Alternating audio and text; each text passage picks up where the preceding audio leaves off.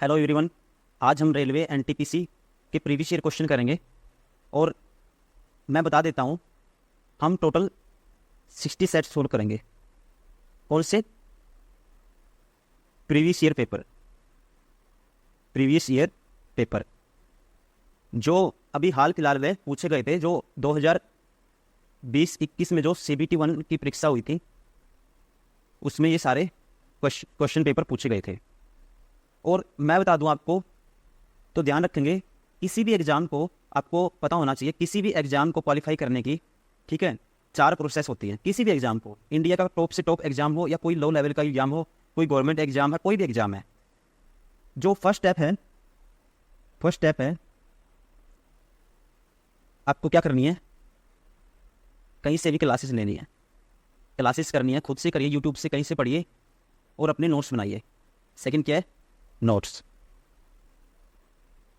और क्लासेस का मतलब ये नहीं है कि आप इरेलीवेंट पढ़े, आपको रेलीवेंट पढ़ना बहुत जरूरी है।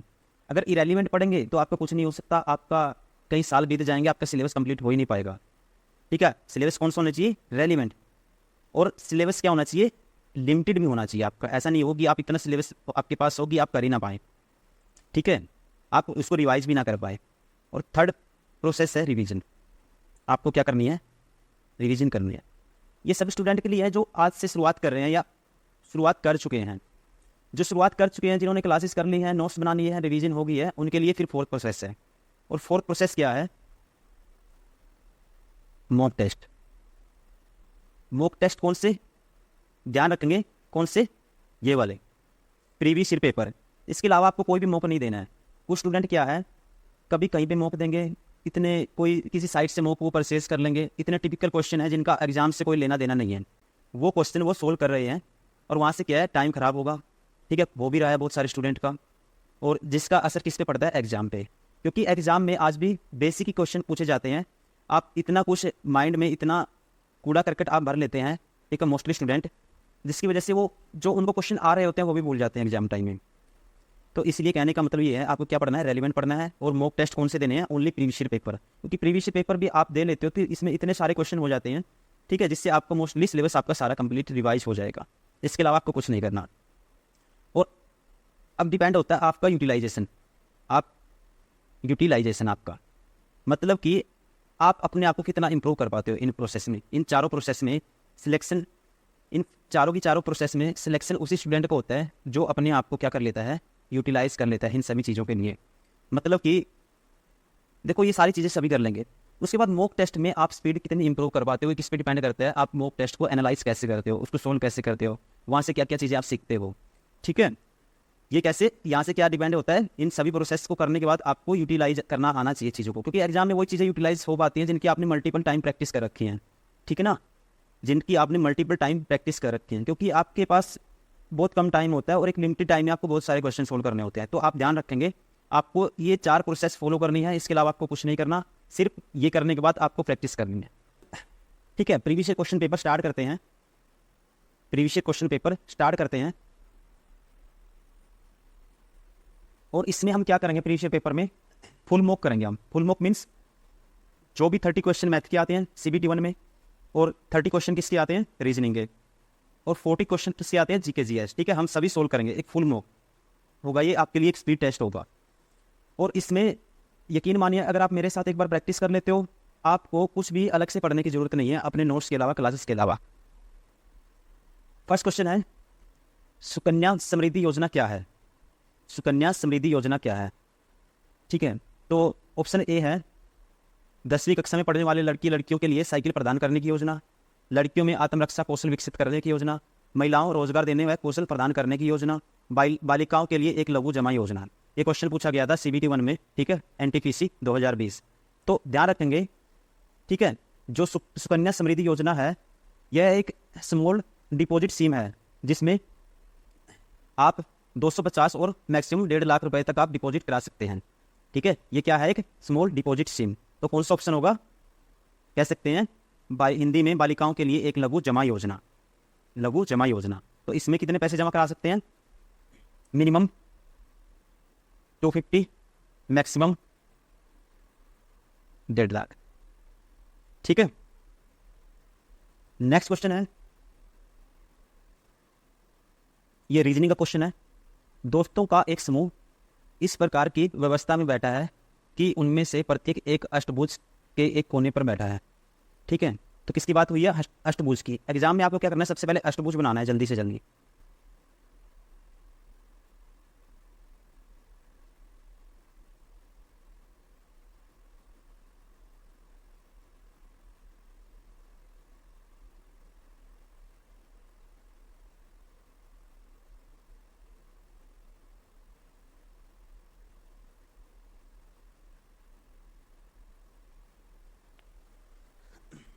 सबसे पहले क्या करना है? आपको अष्टभुज बनाना है। ठीक है, जल्दी से जल्दी आपको क्या करना है? अष्टभुज बनाना है। और कहते हैं कि उनमें से प्रत्येक अष्टभुज के एक कोने पर बैठा है। ठीक है, टोटल कितने छात्र हैं?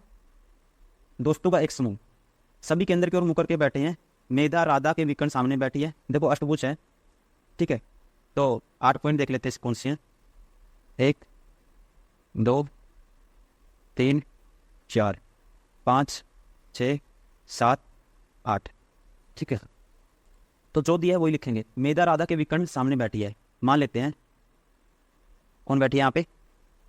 मेधा। किसके सामने बैठी है? राधा के विकर्ण मीन डायगोनली। विकर्ण मीन डायगोनली। ठीक है, इसके सामने कौन बैठी है? राधा। उसके बाद कहता है मेधा सीमा के बाईं ओर बैठी है। देखो जब भी, ठीक है, अंदर की तरफ बंदे बैठे होंगे वो करके या फेस करके इन सेंटर, तो आप ध्यान रखेंगे जो आपका राइट हैंड होगा वो सेम उन बंदों का भी होगा जो क्या है? इन सेंटर की तरफ फेस करके बैठे हैं। ठीक है, तो अब क्या कहता है? मेधा सीमा के बाईं ओर बैठी है। मेधा सीमा के बाईं ओर बैठी है। मेधा क्या सीमा के बाईं ओर है, तो सीमा का बाईं ओर कौन सा होगा? ये सीमा होगी। फिर सीमा कौन सी होगी? यहाँ पे। ठीक है, नेक्स्ट है रमन सीमा के बगल में और गोविंद के सामने बैठा है। रमन सीमा के बगल में। देखो यहाँ पे तो मेधा होगी, तो इसका मतलब यहाँ पे कौन होगा? रमन होगा।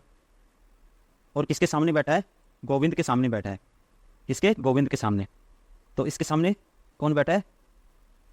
गोविंद। इसके सामने कौन बैठा है? गोविंद। उसके बाद गोविंद चंद्रा के दाईं ओर बैठा है। गोविंद चंद्रा के दाईं ओर बैठा है। देखो चंद्रा के दाईं ओर, इसका तो बाईं ओर है ये, इसका दाईं ओर, मतलब चंद्रा कहाँ होगी? यहाँ पे होगी। चंद्रा कहाँ होगी? यहाँ पे। नेक्स्ट है शांति मेधा के दाईं ओर नहीं बैठी है। शांति मेधा के दाईं ओर नहीं बैठी है। मेधा का दाईं ओर कौन सा होगा? ये वाला। ठीक है, इस साइड, ये साइड। तो शांति मेधा के दाईं ओर नहीं बैठी है। देखो पोजीशन कितनी बच गई? 2। शांति इसके दाईं ओर नहीं बैठी, मतलब इस साइड नहीं बैठी, तो शांति कहाँ बैठेगी? इस साइड। अब पोजीशन कितनी बची? 1। तो यहाँ पे किसका नाम आएगा? किंतु शशि के सामने बैठी है। ठीक है, शांति किसके सामने बैठी है? कौन बच गया? एक शशि। तो शशि कहाँ पे होगा? यहाँ पे। हो गया सुन। चंद्रा के सामने कौन बैठा है? तो हमें इसके सामने बताना है चंद्रा के सामने। ठीक है, आपको इतना क्वेश्चन सोल्व नहीं करना, ये समझाना है अभी मुझे, इसलिए मैं सोल्व कर रहा हूँ पूरा। तो चंद्रा के सामने कौन बैठा है? चंद्रा कहाँ है? ये। तो चंद्रा के सामने कौन बैठा है? सीमा। तो ऑप्शन कौन सा होगा? Seema. Option A is correct. तो आपको इतना नहीं करना, आपको वहीं तक क्वेश्चन सोल्व करना है जहाँ तक। पहले सबसे पहले आपको क्या करना है? सबसे पहले आपको क्वेश्चन का ये देखना है कि उसमें पूछा क्या गया है, और वो इन्फॉर्मेशन अपने माइंड में एक तरफ स्टोर रखनी है, उसको माइंड में रखना है रिकॉल की क्या पूछा गया है। जैसे ही मुझे लगता है कि मेरी इन्फॉर्मेशन कंप्लीट हो गई है, मुझे उसी टाइम ऑप्शन मार के आगे निकल जाना है। ठीक है, एग्जाम में कैसे करना आपको? जैसे इन्फॉर्मेशन कंप्लीट हो जाती है, जब इन दोनों की पोजीशन डिसाइड हो गई थी, वहीं से आपको क्या कर लेना था? ऑप्शन, ठीक है, क्लिक करके आगे निकल जाना था। नेक्स्ट क्वेश्चन देखते हैं। निम्नलिखित में से कौन सा देश बिम्स्टेक का सदस्य नहीं है?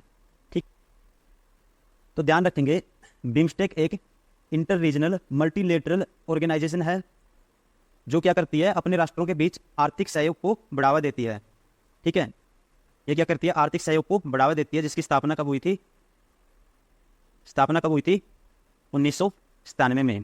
1997 में इसकी स्थापना हुई थी, इस्टेब्लिशमेंट। और जो इसके सदस्य देश हैं, ठीक है, इसके सदस्य देश कितने हैं? जो इसके सदस्य देश कितने हैं? 7 कंट्री आती हैं इसमें। कितनी कंट्री आती हैं? 7। ठीक है, इसको याद करने की एक ट्रिक बताता हूँ मैं, कौन कौन सी कंट्री आती हैं। तो याद करने की ट्रिक है MBBS NIT। MBBS NIT। M means Myanmar, B means Bhutan, B means Bangladesh कह सकते हैं, ठीक है। S means Sri Lanka, N means Nepal, I means India और टी मीन्स थाईलैंड,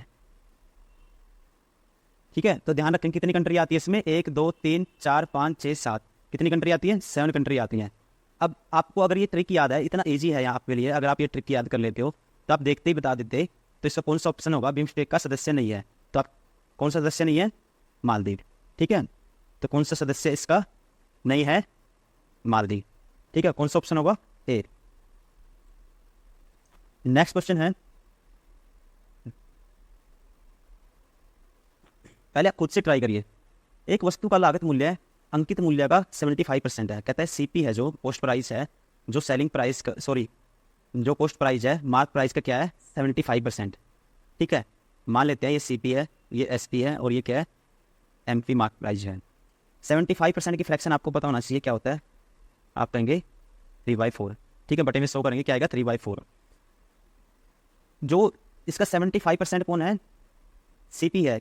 अगर मैं एमपी 4 यूनिट मान लेता हूँ, 4 का 75% 3 आएगा, 3 क्या है, सीपी, ठीक है।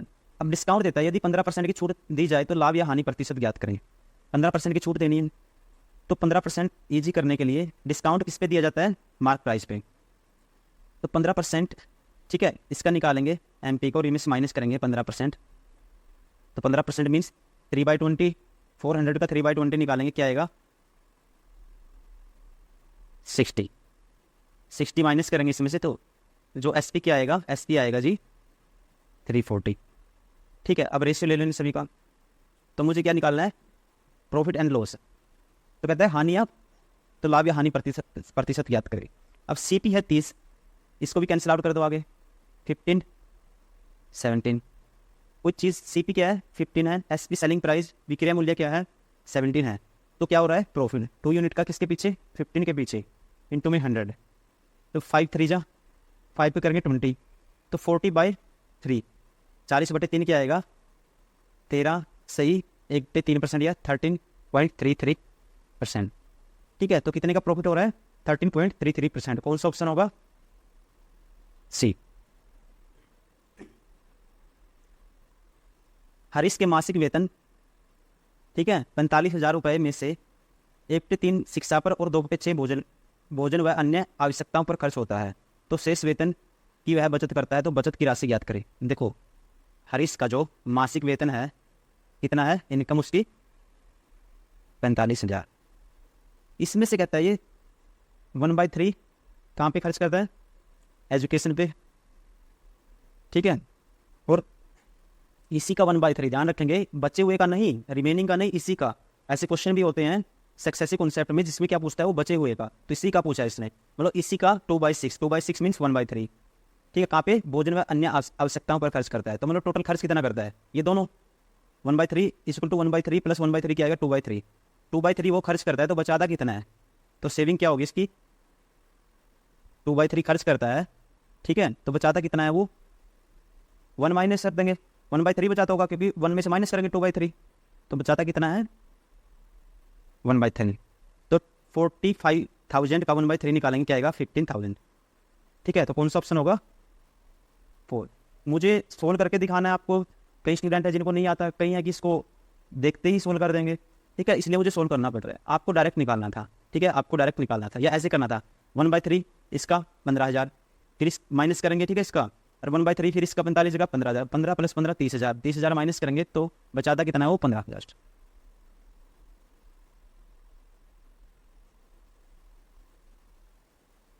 नेक्स्ट क्वेश्चन है साइन थीटा 3/4 कोस थीटा 5/4, निकालना क्या 1 + tan theta 1 - cos theta.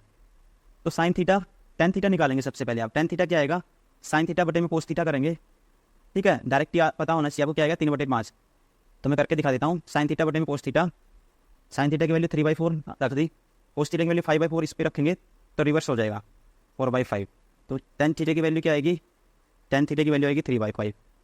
Cot theta क्या होता है इसका 1/tan थीटा, इसका अपोजिट हो जाएगा 5/3, निकालना क्या है मुझे 1 + tan थीटा टेन थीटा की वैल्यू क्या है 3/5, 1 + 3/5, ठीक है, 1 - 5/3 4 थीटा।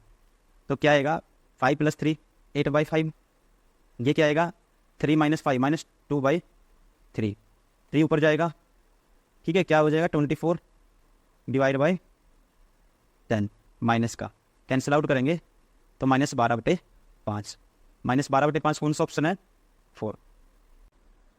नेक्स्ट क्वेश्चन है, निम्नलिखित में से कौन सा राज्य पूर्वोत्तर भारत के 7 सिस्टर्स राज्यों का सदस्य नहीं है।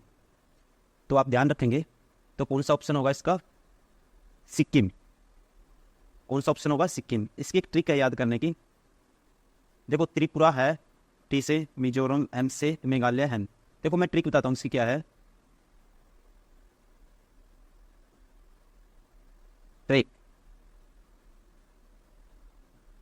ट्रिक क्या है एटीएम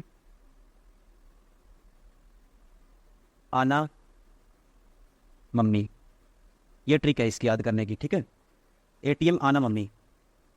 एटीएम ए से means Assam, T means Tripura, M means Meghalaya, क्या है मेघालय।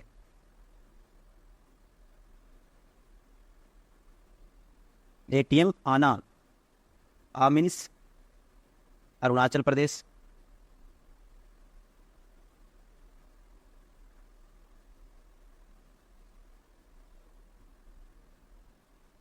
आना ना मीन्स नागालैंड,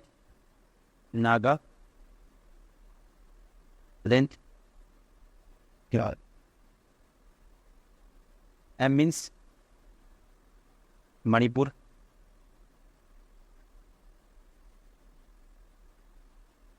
मी मीन्स मिजोरम, ठीक है, मी मीन्स मिजोरम। तो एटीएम आना मम्मी, ये ट्रिक आपको याद रखनी है। देखो इसमें त्रिपुरा है, मिजोरम है, मेघालय है, तो कौन सा नहीं है सिक्किम। तो कौन सा ऑप्शन होगा डी 4th। नेक्स्ट क्वेश्चन की बात करते हैं, भारत की संसद द्वारा पर्यावरण संरक्षण अधिनियम किस वर्ष में पारित किया गया था, ठीक है, किस वर्ष पारित किया गया था। तो ध्यान रखेंगे भारत की संसद ने यह एक्ट पारित किया था 1986 में पोल्यूशन को कम करने के लिए, ठीक है। तो ऑप्शन कौन सा होगा इसका ए, कौन सा ऑप्शन होगा ए। नेक्स्ट है, भारत के किन 2 शहरों के बीच पहली semi high speed train Vande Bharat express चलती है। ये आपको पता भी होगा, इसको क्या कहते थे, ट्रेन 18 का नाम दिया था इसे, क्या नाम दिया था ट्रेन 18। ये कहाँ से कहाँ तक चली थी, तो आप ध्यान रखेंगे, ठीक है, कहाँ से कहाँ तक चली थी ये, नई दिल्ली से लेके वाराणसी जंक्शन तक चली थी ये, ठीक है। और इसकी शुरुआत कब हुई थी Feb 2019 में, कब हुई थी Feb 2019 में। तो ध्यान रखेंगे, उस विकल्प का चयन करें जिसका तीसरे पद के साथ वही संबंध है जो दूसरे पद का पहले पद से है, ठीक है। फर्स्ट का रिलेशन सेकंड से क्या है पेडियाट्रिक्स का मतलब होता है, ठीक है, चिल्ड्रन, इसके बारे में इससे रिलेटेड स्टडी करना। तो न्यूरोलॉजी किससे रिलेटेड है, वैसे ही ब्रेन से। कौन सा ऑप्शन होगा डी। नेक्स्ट है, 4 शब्द दिए गए हैं जिनमें से 3 किसी प्रकार से समान है जबकि चौथा असंगत है, ठीक है, एक इनमें से ओड है, ठीक है, हमें ओड देखना है। देखो यहाँ पे क्या है, पुस्तक, चौक, पेन, मार्कर। देखो पेन से हम लिखते हैं, चौक से भी लिखते हैं, मार्कर से भी, लेकिन पुस्तक या कह सकते हैं बुक क्या करते हैं, पढ़ने के लिए यूज करते हैं। तो सबसे डिफरेंट कौन सा है, पुस्तक। एक सिलेंडर की ऊंचाई 14 सेंटीमीटर है और इसका वक्र पृष्ठीय क्षेत्रफल 528 सेंटीमीटर है। कर्व्ड सरफेस एरिया क्या है, देखो एक सिलेंडर की ऊंचाई जो उसकी हाइट है 14 सेंटीमीटर है और वक्र पृष्ठीय क्षेत्रफल, जिसे इंग्लिश में क्या कहते हैं कर्व्ड सरफेस, तो वो कितना है 528 है। तो सिलेंडर का आयतन बताना मुझे। तो सबसे पहले आपको पता होना चाहिए वक्र पृष्ठीय क्षेत्रफल क्या होता है, हाइट दी है 14, ठीक है, वक्र पृष्ठीय क्षेत्रफल क्या होता है कर्व सरफेस एरिया 2πRh। तो ये दिया हुआ है 5 to 8, तो 2πRh 2 इंटू में पाई का मान क्या होता है 22/7, आर मुझे पता नहीं, ठीक है। हाइट दी है 14, ये किसके बराबर है 528। 7 2 जा, ठीक है, 2 × 2 4, 4 पे काटेंगे इससे क्या आएगा 13 2 132, तो 22 का 132। तो आर की वैल्यू क्या आई 6। आर की वैल्यू अगर 6 है तो वॉल्यूम क्या होता है सिलेंडर का, सिलेंडर का वॉल्यूम क्या होता है पाई आर स्क्वायर एच। तो pi R square H, pi की वैल्यू 22/7, आर 6 × 6, एच की वैल्यू 14, तो 7 2 जा, ठीक है। तो देखो कैलकुलेशन कैसे करनी है स्पीड में, 6 × 6 36, 36 का डबल करेंगे 72, 72 इसको लिख सकते हैं 12, 22 को 11 × 2, ठीक है। 72 का डबल करेंगे 144, और इसकी मल्टीप्लाई करनी है 11 से। 11 से मल्टीप्लाई करने की शॉर्टकट ट्रिक होती है, जैसे आपको 1 2 3 को 11 से मल्टीप्लाई करना है, पहले ये डिजिट लिख लेते हैं नीचे 3, अब इन दोनों को ऐड करेंगे 5, फिर इन दोनों को ऐड करेंगे 3, फिर ये आएगा 1, ठीक है। इसके आगे 0 लगा लो, ये 1 में 0 ऐड करेंगे 1, तो वैसे ही पहले ये लिखेंगे 4, 4 + 4, अब दोनों को ऐड करेंगे 8, अब इन दोनों को ऐड करेंगे 5, यहाँ 0 लिख लो, 1 में 0 ऐड करेंगे 1, तो कौन सा ऑप्शन होगा सी। नेक्स्ट क्वेश्चन, निम्नलिखित में से कौन सा DRDO द्वारा विकसित एक मल्टी बैरल रॉकेट सिस्टम है, तो आप बताएंगे कौन सा है। तो आप ध्यान रखेंगे, ठीक है, DRDO द्वारा विकसित एक मल्टी बैरल रॉकेट सिस्टम कौन सा है, पिनाका, ठीक है। कौन सा है पिनाका। तो ये पिनाका क्या करता है, तो ध्यान रखेंगे इसकी एक खूबी है, कौन सी खूबी है इसकी, ये 44 सेकंड में 12 रॉकेट दाग देता है, ठीक है। 44 सेकंड में इसकी क्वालिटी है, एक 12 रॉकेट दाग देता है ये। कौन सा ऑप्शन है बी। यदि किसी व्यक्ति का द्रव्यमान, ठीक है, जो उसका द्रव्यमान मास पृथ्वी की सतह पर 60 kg है, मास क्या है 60 kg है, किस पे अर्थ पे, तो कहता है उसका मून पे चंद्रमा पे उसका द्रव्यमान मास क्या होगा। तो आपको पता होना चाहिए जो ग्रेविटी होती है, ग्रेविटी जी, ठीक है, जो मून पे क्या होती है, मून पे, ठीक है, जो क्या होती है इसका 1/6 हो जाती है। तो मास इसका कहने का मतलब अगर मून पे कोई इंसान जाएगा उसका मास वहाँ पे जाने के बाद 1/6 हो जाएगा। यहाँ पे कितना था 60, तो वहाँ पे क्या होगा इसका ग्रेविटी क्या हो जाती है 1/6 हो जाती है इसका, ठीक है। तो मीन्स मास क्या होगा 60/6 10, ठीक है। तो आप ध्यान रखेंगे, फॉर्मूला याद करेंगे, जब भी मास दिया हो, द्रव्यमान दिया हो या ग्रेविटी दी हो, ग्रेविटी जो मून पर क्या हो जाती है 1/6 हो जाती है किसका, अर्थ का। तो 1/6 करेंगे 60 का तो क्या आएगा 10।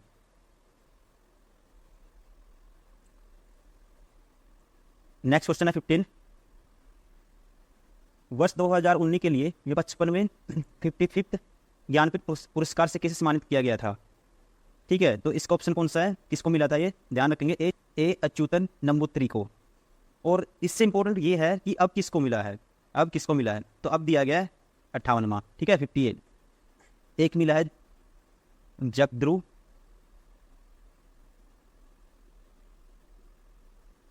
भद्राचार्य, भद्राचार्य, ठीक है। ये क्या है संस्कृति के एक विद्वान है, एक इनको मिला है, संस्कृत के क्या है विद्वान है ये। और एक और दिया गया है किसको, गीतकार गुलजार जी को। एक गीतकार किसको मिला है, गीतकार गुलजार जी को, गुलजार, ठीक है। ये कौन है, ये एक उर्दू कवि है। कौन है ये, उर्दू कवि। ऐसे भी क्वेश्चन पूछा जा सकता है कि इनको मिला है तो इनका रिलेशन पूछ लेगा ये कौन है, तो ये ध्यान रखेंगे गीतकार गुलजार क्या उर्दू कवि है, ये अभी पूछा जा सकता है आने वाले एग्जाम में। और जगद्रु भद्राचार्य क्या है संस्कृत विद्वान है। इन दोनों को क्या मिला है 58वां, ठीक है, ज्ञानपीठ पुरस्कार। महात्मा गांधी ने साबरमती से लेकर दांडी तक प्रसिद्ध नामक मार्च शुरू किया था। दांडी गुजरात से किस जिले में है, तो दांडी जो गुजरात की है ना, किस जिले के पास है, नवसारी, ठीक है, इस जिले के पास है, ये नवसारी जिले के पास है। और आपको पता होना चाहिए जो दांडी मार्च इसकी शुरुआत कब हुई थी, दांडी यात्रा की शुरुआत कब हुई थी, 12 मार्च 1930 में करी थी, किसने, गांधी जी ने, महात्मा गांधी जी ने, ठीक है।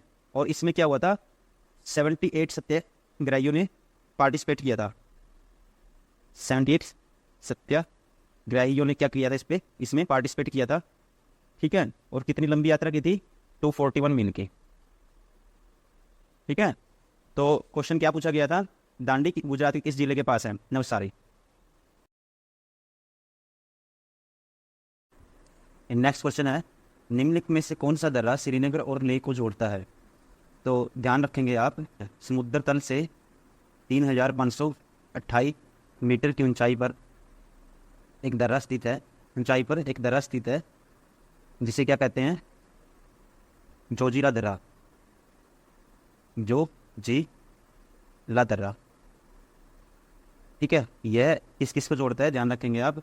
ठीक है, श्रीनगर और लेह को जोड़ता है, ये श्रीनगर और किसको जोड़ता है, लेह को। कौन सा ऑप्शन होगा, डी। नेक्स्ट क्वेश्चन है 6/5। ठीक है, देखो ऐसे क्वेश्चन को जल्दी से सोल्व कैसे करना है, पहले लिखते रहो इसको। 6/5 का जो ब्रैकेट है उसको सोल्व कर लो। ठीक है, इन दोनों का एलसीएम क्या आएगा, 12। 4 एकम 4, 3 दूनी 6, 10/12 माइनस 5/6 का। ठीक, का मीन्स क्या होता है, मल्टीप्लाई। इन दोनों को जोड़, ठीक है, ऐड करना है। 20 एलसीएम आएगा, 6 + 20 से 20 12। ठीक है, तो क्या है 6/5, इसका मतलब क्या होता है, मल्टीप्लाई 10/12। और इसके बटे में -6 दिया, 1/6 है माइनस का। माइनस के 5/6 का मीन्स गुना, तो ये क्या होगा 18/20 माइनस 1/6। इसको सोल्व करेंगे, 6 दूनी 12, 5 दूनी 10, 2 से 2, ये क्या है 1, 5 चौका 20, 6 तिये 18, ये क्या है 3/4 माइनस 1/6। तो सबका एलसीएम क्या आएगा, 6 और 4 का एलसीएम क्या आता है 12। तो 12 माइनस 4 तिये 9 आएगा, माइनस 6 दूनी 12 2 आएगा, तो 12 माइनस 11। ठीक है, 12 माइनस 11 क्या आएगा, 1/12 आ गया ये। ठीक है, तो कौन सा ऑप्शन होगा, डी। नेक्स्ट क्वेश्चन है, अगला प्रश्न है ए की क्यूब माइनस बी की क्यूब। ये दिया हुआ है, जो दिया वो लिख लेते हैं 6/5। A square minus B square, ये भी गिवन है, equal to 25। A plus B, ये भी गिवन है, ये कितना है 5। ठीक, आपको जल्दी सोल्व करना है, मुझे क्या करना है। ठीक है, कुछ स्टूडेंट है जिनको नहीं आता उनको सिखाना है, जिनको आता है अच्छी बात है, आपको एग्जाम में जल्दी करना है। ठीक है, कैसे करेंगे देखो। अब तो आपको सबसे पहले पता होना चाहिए ए की क्यूब माइनस बी की क्यूब, ये किसके बराबर होता है। देखो यहाँ माइनस है, यहाँ भी माइनस आएगा, A minus B, A square, ठीक है, plus A B plus B square, इसके बराबर होता है। तो इसकी वैल्यू 625। ए माइनस बी की वैल्यू क्या आएगी, देखो ए इसकी वैल्यू क्या होती है, A square minus B square किसके बराबर होता है, ए माइनस बी और A plus B. A plus B की वैल्यू गिवन है 5, तो ए माइनस बी की बटे में 5, क्योंकि इसकी वैल्यू 5 यहाँ पुट करेंगे, इसके बटे में आएगा ये कैंसिल, तो ए माइनस बी की वैल्यू क्या आई 5। ए माइनस बी की वैल्यू यहाँ पे मैं इस इक्वेशन को रख रहा हूँ, यहाँ पे इस इक्वेशन में वैल्यू पुट कर रहे हैं 5। ठीक है, इसकी वैल्यू निकालनी है। मान लो इसको एक बार यदि मैं इसको एक्स मान लेता हूँ, क्या मान लिया एक्स, एक्स की वैल्यू क्या आएगी, डिवाइड करेंगे इससे 5 से। ठीक है, कैंसिल कैसे करेंगे, इसको लिख सकते हैं, ये किसका स्क्वायर होता है 25 का, 25 × 25। इस 5 से कैंसिल किया 5 पे, तो 5 आएगा, 5 की गुना करेंगे 25 से 125। तो एक्स की वैल्यू, एक्स क्या माना था मैंने, ये a square plus A B plus B square, इसकी वैल्यू क्या आई, ठीक है 125। कौन सा ऑप्शन होगा, ए। नेक्स्ट क्वेश्चन है एक त्रिभुज, ठीक है, एक ट्रायंगल है, उसके कोण दिए हुए 3 है। कौन कौन से 3 कोण दिए हैं ट्रायंगल के, एक है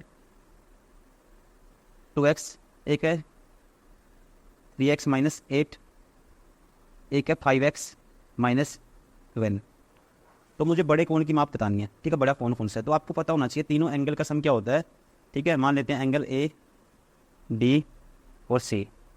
angle A plus angle B plus angle C क्या होता है 180 डिग्री। ठीक है, 180 डिग्री कैसे आता है, देखो ये भी प्रूफ कर देता हूँ। मान लो ये पैरेलल लाइन खींच देता हूँ मैं इसके, कौन सी वाली, इस लाइन पे। ये एंगल ए था, ये एंगल ए था, ये मान लो बी है, ये एंगल सी है, ये एंगल ए है।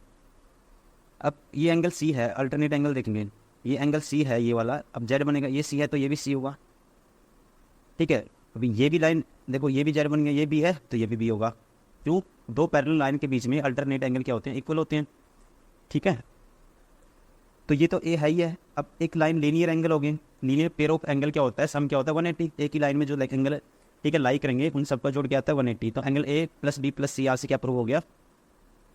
180। ठीक है, ये ऐसे आता है 180, तो इसका जोड़ 180 होता है। तो एंगल ए की वैल्यू क्या है? 2x plus B 3x minus 8 plus C 5x minus 12, इसकी वैल्यू क्या है? 180। 2x plus 3x 5x plus 5x 10x, minus 8 minus 12 minus 20 उस साइड जाएगा तो प्लस हो जाएगा, या क्या बनेगा? 200। तो x की वैल्यू क्या है यहाँ पे? 20। तो सबसे बड़ा एंगल बताना है मुझे, सबसे बड़ा एंगल कौन सा होगा इनमें से? ये एंगल कितना आएगा? x की वैल्यू अगर 20 है तो 20 इंटू 500 माइनस 12 88, ठीक है, डिग्री। 20 की 60 माइनस ये 52 डिग्री और 40 डिग्री। तो सबसे बड़ा कौन सा है? ठीक है, एंगल सी। तो ऑप्शन भी कौन सा है इसमें? सी। उस विकल्प का चयन करें जिसका तीसरे अक्षर समूह के साथ वही संबंध है जो दूसरे अक्षर समूह के साथ है। ठीक है, जो पहले का जो दूसरे से रिलेशन है, तीसरे का। ठीक है, अब देखना इसके नेक्स्ट से क्या होगा रिलेशन। देखो यहाँ क्या है? आर, आर से एस बना है, आर से क्या बना है यहाँ पे? एस। आर से एस बनाने के लिए तो यहाँ पे कितना ऐड किया इसमें? आर का नंबर क्या होता है? सबसे पहले इनकी नंबरिंग करनी है। 18 होता है, इसका 19, तो +1। तो इसमें +1 करेंगे तो क्या आएगा? सभी ऑप्शन में W है। नेक्स्ट, ए से सी जाने के लिए ए का 1 होता है, इसका सी का 3 होता है, मतलब 2 ऐड किया गया है। तो इसमें भी 2 ऐड करेंगे। 26, 26 पे क्या होता है? Z। 26 पे क्या होता है? Z। तो ऑप्शन कौन सा होगा? तो यही से प्रूव हो गया, तो सी। निम्नलिखित में से कौन सा देश संयुक्त राष्ट्र सुरक्षा परिषद का स्थायी सदस्य नहीं है? ठीक है, कौन सा देश स्थायी सदस्य नहीं है? तो ध्यान रखेंगे, ठीक है, एक देश है, ठीक है, जो संयुक्त राष्ट्र परिषद का स्थायी सदस्य नहीं है, लेकिन इसका सदस्य बना था। कब बना था? 18 दिसंबर 1956 में। ठीक है, और ये कौन से नंबर का मेंबर था? 80 नंबर का। लेकिन ये क्या? परमानेंट मेंबर नहीं है। ठीक है, बाकी सारे क्या है? परमानेंट है इनमें से। तो वो कौन सा है? जापान। जापान क्या है? इसका सदस्य है लेकिन स्थायी सदस्य नहीं है। ठीक है, बाकी क्या है इसके? सारे। फ्रांस भी स्थायी सदस्य है, यूनाइटेड किंगडम, यूके, चीन, सारे क्या है इसके? परमानेंट मेंबर हैं। लेकिन जापान क्या है इसका? ठीक है, सदस्य है लेकिन स्थायी नहीं है। गोबी मरुस्थल निम्नलिखित में से किस महाद्वीप में स्थित है? तो गोबी मरुस्थल, ये बहुत बारी क्वेश्चन अक्सर देखने को मिलता है किताबों में। तो ये जो है, तो आप ध्यान रखेंगे, एशिया का सबसे बड़ा मरुस्थल है, एशिया बिगेस्ट। ठीक है, मरुस्थल है ये, एशिया का सबसे बड़ा मरुस्थल है ये। कौन सा? गोबी। और किस देश में है ये? ठीक है, यहाँ से पता लग गया, जब एशिया का सबसे बड़ा है तो कहाँ होगा? एशिया में। नेक्स्ट क्वेश्चन, महारत्न केंद्रीय सार्वजनिक क्षेत्र उपक्रमों की सूची में निम्नलिखित में से कौन सी कंपनी शामिल है? कहते हैं, ठीक है, कंपनी दी हुई है, इनमें से कौन सी कंपनी है जिसको महारत्न का दर्जा प्राप्त है? तो आप ध्यान रखेंगे कौन सी है इसमें से? कोल इंडिया लिमिटेड। नेक्स्ट क्वेश्चन है, उबंटू क्या है? उबंटू क्या है? तो ठीक है, आप ध्यान रखें, उबंटू एक ओपन सोर्स ऑपरेटिंग सिस्टम है। क्या है? Open source operating system. Open source means क्या होता है? मतलब जिस ऑपरेटिंग सिस्टम का एक्सेस हो यूजर के पास, ठीक है, उसको क्या कर सके? वो व्यू कर सके और मॉडिफाई कर सके, उसे क्या बोलते हैं? Open source. ठीक है, उबंटू भी क्या है? एक ओपन सोर्स ऑपरेटिंग सिस्टम है, जैसे कि लिनक्स होता है। ठीक है, तो कौन सा ऑप्शन होगा इसका? उबंटू क्या है? Operating system. क्वेश्चन नंबर 26 देखेंगे, कुछ जो एग्जाम हुआ था उसमें कुछ करंट अफेयर भी क्वेश्चन है, तो आप ध्यान रखेंगे जो करंट अफेयर्स के क्वेश्चन है उसमें हम उन्हीं क्वेश्चन पे ज़्यादा इंटेंशन देंगे जो हमारे लिए इंपॉर्टेंट है। ठीक है, क्योंकि अभी जो करंट अफेयर जो रिलेट हो सकते हैं, जो अभी आने वाले एग्जाम में, उन पे ज़्यादा हम टाइम देंगे, वरना हम, ठीक है, जल्दी से क्वेश्चन करेंगे और आगे बढ़ जाएंगे। 1 अप्रैल 2019 से किन 2 बैंकों को बैंक ऑफ बड़ौदा में विलय कर दिया गया? तो आप ध्यान रखेंगे, ठीक है, इसका कौन सा ऑप्शन है? तो विजय बैंक और देना बैंक का विलय हुआ था। ठीक है, किसमें? बैंक ऑफ बड़ौदा में। बैंक ऑफ बड़ौदा में किसका विलय हुआ था? ठीक है, बैंक ऑफ बड़ौदा में किसका? विजय बैंक और देना बैंक, ऑप्शन बी। एक आयत की लंबाई इसकी चौड़ाई से दोगुनी है और आयत का परिमाप 48 सेंटीमीटर है, आयत का क्षेत्रफल क्या होगा? सबसे पहले, आयत मीन्स रेक्टेंगल, ठीक है।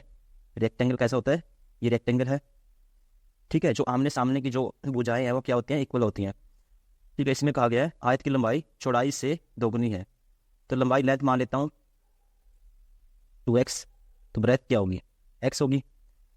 तो पेरीमीटर क्या होता है, perimeter twice of L plus B, twice of L plus B, 2x प्लस x 6x। इसकी वैल्यू दी हुई है किसके बराबर, 48 के बराबर। x की वैल्यू क्या आएगी यहाँ से, 6/48, ठीक है, 8 आ जाएगी। तो ब्रेथ क्या आई 8, तो लेंथ क्या आएगी 16। पूछे क्या है, आयत का क्षेत्रफल पूछा इसने, एरिया। एरिया क्या होता है, L इंटू बी, ठीक है। L क्या है 16, B क्या है 8, तो एरिया क्या आएगा 16 128, 128 सेंटीमीटर स्क्वायर, ठीक है। तो कौन सा ऑप्शन है, बी। कंप्यूटर के किस भाग को उसका मस्तिष्क कहा जाता है, ठीक है। तो आप ध्यान रखेंगे, बेसिक क्वेश्चन है, बहुत बारी पूछा जाता है अक्सर, मोस्टली एग्जाम में ये। CPU, central processing unit. ISRO ने किस वर्ष मार्स ऑर्बिटर मिशन की शुरुआत की, MOS की, ठीक है। MOS की शुरुआत कब की थी, तो कब की थी ये, 5 नवंबर 2013 में, ठीक है। कौन सा ऑप्शन होगा, ए। और ये कहाँ भेजा गया था, मंगल ग्रह, ठीक है, मंगल ग्रह के ऊपर भेजा गया था। श्वेता और हरीश को किसी काम को पूरा करने में 28,000 रुपये की आमदनी होती है, ठीक है। टोटल कितनी पैसे की आमदनी हुई, इनकम 28,000। इस काम को पूरा करने के लिए श्वेता ने, ठीक है, श्वेता ने कितने दिन काम किया, 20 डे, और हरीश ने 30 डे, ठीक है। और कहता है यदि उनका दैनिक मजदूरी का अनुपात जो पर डे की जो इनकम है, पर डे इनकम उनकी क्या है, 5:6 रेशियो में है, 5:6 रेशियो में है। तो उस आमदनी में श्वेता का हिस्सा बताना है मुझे, ठीक है, एस का हिस्सा बताना है। तो इनको रेशियो में ले लेते हैं, आपको पता होगा, ठीक है। अगर एक दिन में 5 यूनिट कमाती है तो काम कितने दिया, 20 दिन। तो इनकम का रेशियो क्या आएगा, दोनों का इनकम का रेशियो आएगा 100:180, कैंसिल आउट करेंगे, ठीक है। 2 पे फिर जाएगा 5:9, और दोनों की इनकम 5 + 9 14 यूनिट की वैल्यू क्या दी हुई है, 28,000। एक यूनिट की वैल्यू क्या आएगी, 2,000, ठीक है। किसकी इनकम पूछी इसने, श्वेता। तो श्वेता का जो हिस्सा क्या था फिर, ठीक है, 5 यूनिट की वैल्यू क्या आएगी, इंटू में करेंगे 2,000, 10,000। तो श्वेता का हिस्सा क्या था, 10,000 रुपये, ऑप्शन ए। क्वेश्चन नंबर 31, 50 लड़कियों और 70 लड़कों की एक कक्षा ने एक संगीत कार्यक्रम प्रायोजित किया, ठीक है। जो स्ट्रेंथ थी, क्वांटिटी क्या थी, मान लेते हैं गर्ल्स एंड बॉयज़। गर्ल्स की संख्या क्या थी 50 और बॉयज़ की 70। और यदि 40% लड़कियों और 50% लड़कों ने कार्यक्रम में भाग लिया, लड़कियों ने कितना भाग लिया, 40% लड़कियों ने भाग लिया, और बॉयज़ कितने थे, 50%। तो मुझे ये बताना है कक्षा का लगभग कितना प्रतिशत हिस्सा कार्यक्रम में उपस्थित था। ओवरऑल परसेंटेज बताना है कि जो उनकी अटेंडेंस थी ओवरऑल क्या थी परसेंटेज में। तो मुझे परसेंटेज में आंसर निकालना है। मैं इससे पहले मिनिमम वाला कॉन्सेप्ट कराया था, मैंने चैप्टर कराया था परसेंटेज, उसमें मैं सिखा चुका हूँ, ठीक है, मिनिमम वाला कॉन्सेप्ट कैसे यूज़ करते हैं। देखो रेशियो है, परसेंटेज में मुझे आंसर निकालना है, रेशियो है, कैंसिल आउट कर दो इसको। तो मान लेते हैं मिनिमम क्या था इसमें, 50%। 50% तो गर्ल्स ने भी पार्टिसिपेट किया और इसने बॉयज़ ने भी किया। तो अब देखेंगे 50% से जो एक्स्ट्रा कितना आया, यहाँ पे एक्स्ट्रा कितना आया, एक्स्ट्रा कितना आया, तो बॉयज़ कितना एक्स्ट्रा लगे, 10% गर्ल्स से। अगर एक बॉयज़ 10% एक्स्ट्रा लाया तो बॉयज़ कितने टोटल 7 यूनिट, तो 7 कितना एक्स्ट्रा लेके आए, 70%। और जो एक्स्ट्रा है अब किस में बांटेंगे, इक्वल बांटेंगे, किस में, सभी में। एक्स्ट्रा किस में इक्वल बांटेगा, सभी में। 5 + 7 12, ठीक है। तो इसको कैंसिल आउट करेंगे, एंड 35/6%, या कह सकते हैं 6×5 = 30, 6×8 = 5.8। और जो एक्स्ट्रा आया 5.8% एक्स्ट्रा आया, किस में ऐड करते हैं, मिनिमम में ऐड कर देते हैं, ठीक है। तो ओवरऑल कितने स्टूडेंट ने पार्टिसिपेट किया, 40% + 5.8%।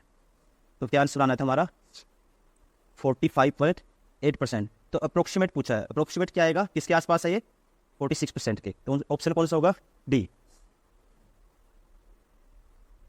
नेक्स्ट क्वेश्चन है, यदि नीचे दी गई व्यवस्था से सभी विशेष वर्णों को हटा दिया जाए तो निम्नलिखित में से कौन सा एक्स के दाईं ओर से 10वें स्थान पर होगा, ठीक है। जो विशेष वर्ण है, सिंबल हैं, उनको हटाना है, ठीक है। कौन कौन से है, एक ये रहा, 2 3 4, ठीक है।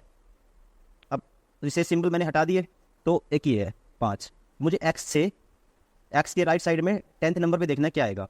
देखो इससे 1 बी, 1 2 3 4 5 6 7 8 9, तो क्या आ रहा है आर, ठीक है। क्या आएगा आर। ऑप्शन कौन सा होगा, ए। इसमें क्या बताना है, निम्न तालिका में से प्रश्न चिन्ह के स्थान पर क्या आएगा, ठीक है। इनका रिलेशन देखना है। देखो यहाँ पे क्या रिलेशन है, फिर यहाँ पे चेक करना है, फिर यहाँ पे चेक करना है, ठीक है। 384 कैसे आया, इन तीनों की मल्टीप्लाई करूंगा नहीं आएगा, ठीक है। इसका स्क्वायर प्लस इसका स्क्वायर नहीं आएगा। तो आपको लॉजिक कौन सा अप्लाई करना होगा इसमें। तो अगर मैं देखता हूँ 7 का क्यूब कर देते हैं, 7 का क्यूब 6 का स्क्वायर 5 की पावर 1। मतलब कि आपको सारे लॉजिक देखने हैं जो भी माइंड में क्लिक करता है क्या क्या हो सकता है, ठीक है। तो वो आपको ट्राई करना है। तो 7 का क्यूब आएगा 343, 6 का स्क्वायर 36, 5। तो इनको ऐड कर देते हैं, सभी को ऐड कर देते हैं। तो क्या आएगा 5 अच्छे 11 3 14 8, ठीक है। ये सेटिस्फाई हो रहा है। अब इसको भी चेक करो, 6 का क्यूब क्या आएगा 216, 5 का स्क्वायर 25, ठीक है। और 4 एज इट इज ऐड करिए,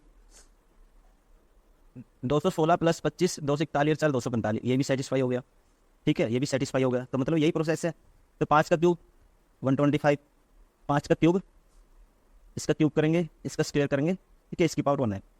तो इसका क्यूब करेंगे 125, इसका स्क्वायर करेंगे 16 प्लस 3, तो क्या आएगा 41 और 3 141 दिन, 141 और 3 144, ऑप्शन सी। नेक्स्ट क्वेश्चन है, उस विकल्प का चयन करें जिसका तीसरे पद के साथ वही संबंध है जो दूसरे पद का पहले पद से है। तो देखने से पता लग जाएगा आपको। लॉयर क्या करते हैं, कोर्ट में प्रैक्टिस करते हैं, ठीक है। वैसे ब्यूटिशियन किस में काम करते हैं, पार्लर में, ठीक है। कौन सा ऑप्शन होगा, बी। नेक्स्ट क्वेश्चन, साधारणता केंद्रीय प्रवृत्ति के मापन में सबसे उपयुक्त औसत मान निम्न में से क्या होता है। तो आप ध्यान रखेंगे क्या होता है, माध्य कैसे निकालते हैं, नंबर ऑफ डिजिट, ठीक है, उनको ऐड करते हैं और जितनी नंबर ऑफ डिजिट होती है उससे क्या कर देते हैं, डिवाइड कर देते हैं, ठीक है। तो इसमें केंद्रीय प्रवृत्ति के मापन में सबसे उपयुक्त औसत मान निम्न में से क्या होता है, माध्य। नेक्स्ट क्वेश्चन है, किसी पदार्थ की मात्रा को मापने के लिए निम्नलिखित में से इकाई का उपयोग किया जाता है। पदार्थ मीन्स क्वांटिटी ऑफ सब्सटेंस, जिस सब्सटेंस की क्वांटिटी मापने के लिए ठीक कौन सी यूनिट का यूज किया जाता है, मोल। क्या यूज करते हैं, मोल, ठीक है। ऑप्शन कौन सा होगा, ए। जूल किसके लिए यूज किया जाता है, एनर्जी, किसकी यूनिट होती है, एनर्जी की। टेस्ला मैग्नेटिक फील्ड की यूनिट होती है। फ्लक्स की जो रेट क्या होती है, यूनिट, फ्लक्स की यूनिट क्या होती है, लक्स। नेक्स्ट क्वेश्चन है, वह सबसे बड़ी संख्या बताइए जिसे 155 260 315 को विभाजित करने पर क्रमशः 5 10 और 15 शेषफल बचेगा।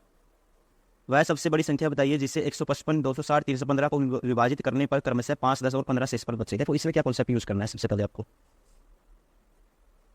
मुझे ऐसी संख्या ढूंढनी है, ठीक है, जिससे मैं इन तीनों को भाग करूंगा, ठीक है। शेषफल क्या बचना चाहिए, 5 10 15।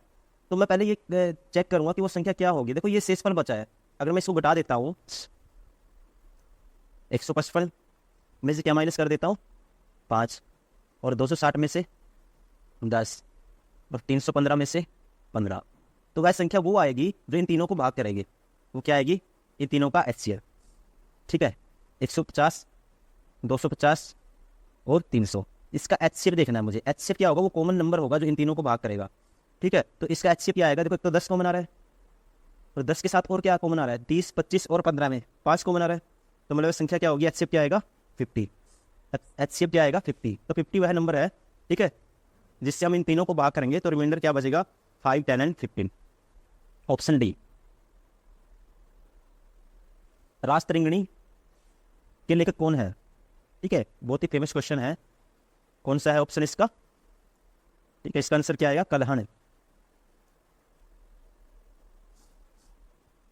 और ये किस में, कौन सी लैंग्वेज में लिखी गई थी, संस्कृति में। बहुत ही फेमस पुस्तक है जो संस्कृत लैंग्वेज में लिखी गई थी, किसके द्वारा? फेमस कवि कल्हण के द्वारा।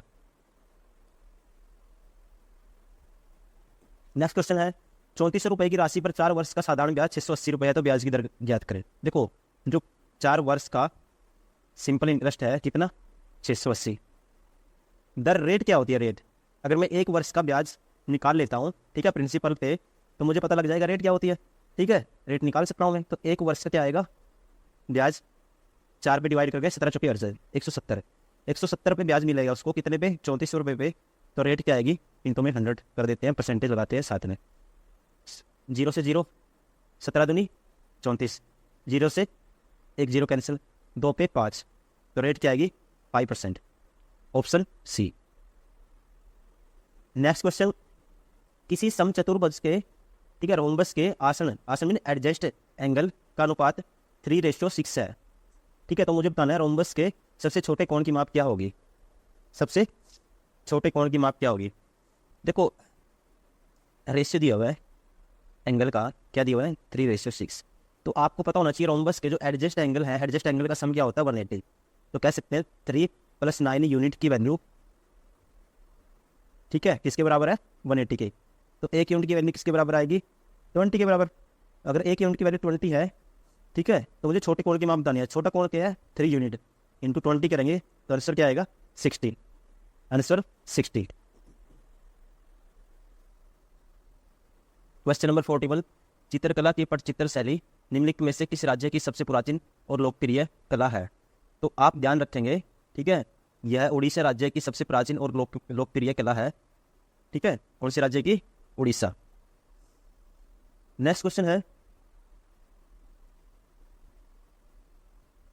किस सिख गुरु ने खालसा पंथ की स्थापना की थी? ठीक है, मोस्ट फेमस क्वेश्चन, किस गुरु ने खालसा पंथ की स्थापना की थी?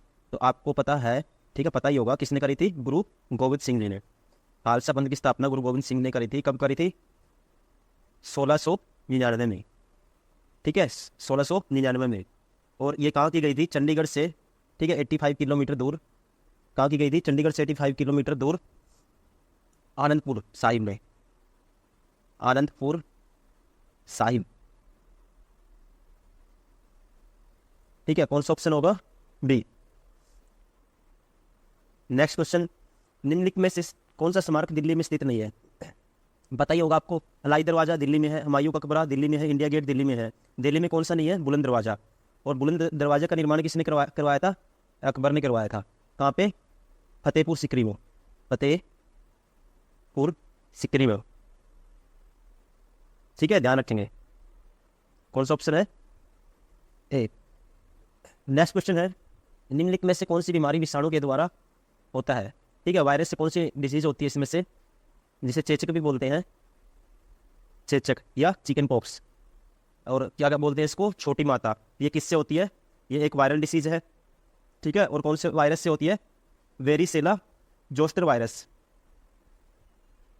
वेरिसेला जोस्टर वायरस से होती है, ठीक है। नेक्स्ट क्वेश्चन, 180 डिवाइड बाय, देखो उसको डायरेक्ट सोल्व करेंगे। 180, ठीक है, भाग में है 2 का क्यूब क्या होगा? 2 का क्यूब होगा 8, 3 का स्क्वायर 9, 8 + 9 17 + 1 80, 18 प्लस 37 - 20 17, 18 को 180 को 18 से डिवाइड करेंगे, क्या आएगा? 10 + 17, ठीक है, क्या आएगा? 27। कौन सा ऑप्शन होगा? ए। नेक्स्ट क्वेश्चन है, कंप्यूटर और इंटरनेट के डोमेन में यूआरएल का पूर्ण रूप क्या है? तो यूआरएल की फुल फॉर्म आपको पता ही होगी, क्या है? यूनिफॉर्म रिसोर्स लोकेटर, ठीक है, यूनिफॉर्म रिसोर्स लोकेटर। यह एक सर्च एड्रेस है। जब भी हम कोई चीज़ सर्च करते हैं तो ये एड्रेस के रूप में यूज किया जाता है। नेक्स्ट क्वेश्चन है, सेरिकल्चर शब्द निम्नलिखित में किससे संबंधित है? तो कह सकते हैं सेरिकल्चर इज स्टडी ऑफ, ठीक है, किसकी स्टडी करती है इसमें? रेशम की खेती की। नेक्स्ट क्वेश्चन, एक रस्सी को 3 अलग अलग भागों में विभाजित किया गया। पहला भाग पूरी लंबाई का 1/5 है, दूसरा भाग पहले भाग का 3/2 है। देखो सबसे पहले आपको क्या मानना है? डायरेक्ट मान लेते हैं, फ्रैक्शन से करेंगे तो टाइम लगेगा। यहाँ पे 1/5 है, यहाँ पे डिवाइड बाय ये 2 है। इन दोनों का एलसीएम 10 मान लेते हैं। टोटल लेंथ क्या मान ली मैंने? 10। ठीक है, पहला भाग क्या है इसमें से, फर्स्ट है 1/5 इसका, तो फर्स्ट क्या आएगा इसका 1/5 करेंगे 2, और सेकंड है दूसरा भाग पहले भाग का 3/2 है, तो सेकंड क्या है पहले का, इसका क्या क्या है सेकंड 3/2, इसका 3/2 निकालेंगे तो क्या आएगा 3, ये 3 है और ये 2 है।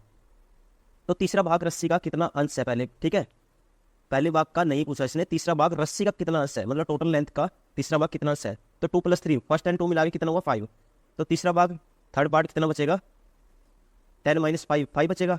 तो ये 5 पूछा है, पूरी रस्सी का कितना है, पूरी रस्सी की लेंथ क्या है 10, तो पूरी रस्सी का क्या है ये 1/2, ठीक है, option D is correct. Next question है 5 sin 14 sec 76, ठीक है, 2 sin a, ठीक है, कोस भी, ये फॉर्मूला तो नहीं लगेगा इसमें, तो इससे कैसे करेंगे, देखो सेक थीटा है, सेक थीटा को हम कोसेक थीटा बना लेंगे तो इससे कैंसिल हो जाएगा, तो कैसे बनाएंगे 90 में से माइनस करेंगे, तो इसको लिखेंगे डायरेक्ट 5 sin 14 डिग्री, और इसको लिख सकते हैं हम सेक 90 - 14, ठीक है, प्लस कोट 15 डिग्री, और इसको भी लिखेंगे कोट 15 डिग्री, और यहाँ पे क्या है मल्टीप्लाई का निशान है, ध्यान रखें ये मिस्टेक है, तो इसे लिखेंगे कोट 90 - 15 डिग्री प्लस 2 10 45 डिग्री। देखो 2 साइन, इससे क्या आएगा 2 sin 14 डिग्री, 2 sin 14 डिग्री, और sec 90 minus theta cosec theta cosec 14 degree plus 3 cot 15 degree, और cot 90 minus theta 10 theta 10 15 degree हो जाएगा ये, और प्लस 2 10 45 डिग्री। तो आपको पता ही होगा ये एक दूसरे के रिवर्स होते हैं, साइन थीटा क्या होता है 1 कोसेक थीटा, तो ये कैंसिल आउट हो जाएंगे, ये क्या बचेगा 2 प्लस ये 3, ये भी कैंसिल आउट हो जाएगा प्लस 3, ठीक है, प्लस 2 इंटू में 10 45 क्या होता है 1 होता है, 10 45 क्या होता है 1 होता है, तो क्या आंसर आएगा 5 और 3 8 और 2, ठीक है, 3 और 2 5, क्या आंसर आएगा 3 और 2 5 और 2 7, ठीक है, 7 तो कोई है नहीं, तो इसको मिस्टेक हुई है कहीं पे, चेक करेंगे, यहाँ पे 3 था, ठीक है, 5 sin 14 sec 14 3,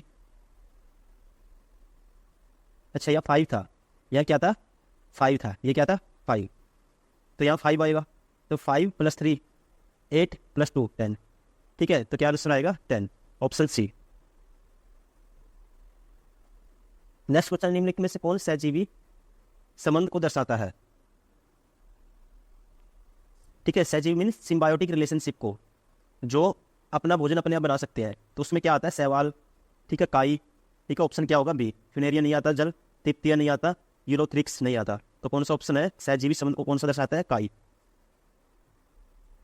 नेक्स्ट क्वेश्चन है विश्व पर्यावरण दिवस 2020 के लिए संयुक्त राष्ट्र द्वारा घोषित थीम का नाम क्या था, ठीक है, 2020 का जो वर्ल्ड इन्वायरमेंट डे था उसकी थीम क्या थी, ठीक है, तो आप ध्यान रखेंगे उसकी थीम क्या थी बायोडाइवर्सिटी, ठीक है, लेकिन इससे ज़्यादा इंपॉर्टेंट ये है अभी अपकमिंग एग्जाम में जो 2024 है, ठीक है, सबसे पहले वर्ल्ड इन्वायरमेंट डे या पर्यावरण दिवस कब मनाया जाता है, तो ध्यान रखेंगे 5 जून को मनाया जाता है, ठीक है, और 2024 की जो थीम क्या है इसकी, 2024 की जो थीम है आवर लैंड आवर फ्यूचर, ठीक है, आवर लैंड आवर फ्यूचर।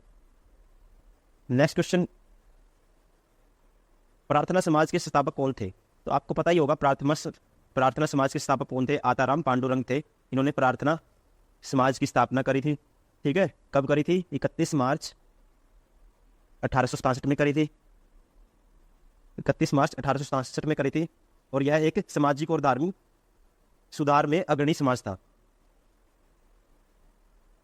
4 संख्या युगम दिए गए हैं जिनमें से 3 किसी प्रकार के समान है, एक चौथा असंगत बताना है, तो देखते ही पता लग रहा है 12 अट्ठे 8 गुना इसका 96, 15 अट्ठे इसका 8 गुना है 120, 13 अट्ठा 104 इसका 8 गुना है, ये इसका 8 गुना नहीं है, ठीक है, इससे अलग कौन सा है सब में से ये वाला, तो कौन सा ऑप्शन होगा डी। 5 अंकों की वह सबसे छोटी संख्या कौन सी है जिसे 7 से विभाजित करने पर 6 रिमाइंडर बचता है, ठीक है, 5 अंकों की सबसे छोटी संख्या बतानी है मुझे। देखो इससे पहले 5 अंकों तो पूरे 4 अंकों की सबसे बड़ी कौन सी होती है? 9999। एक जोड़ेंगे तो एक अंक बढ़ जाएगा, तो 5 अंकों की सबसे छोटी संख्या क्या होगी? 10,000। एक जीरो एक्स्ट्रा लग गई है तो क्या होगी? 10,000।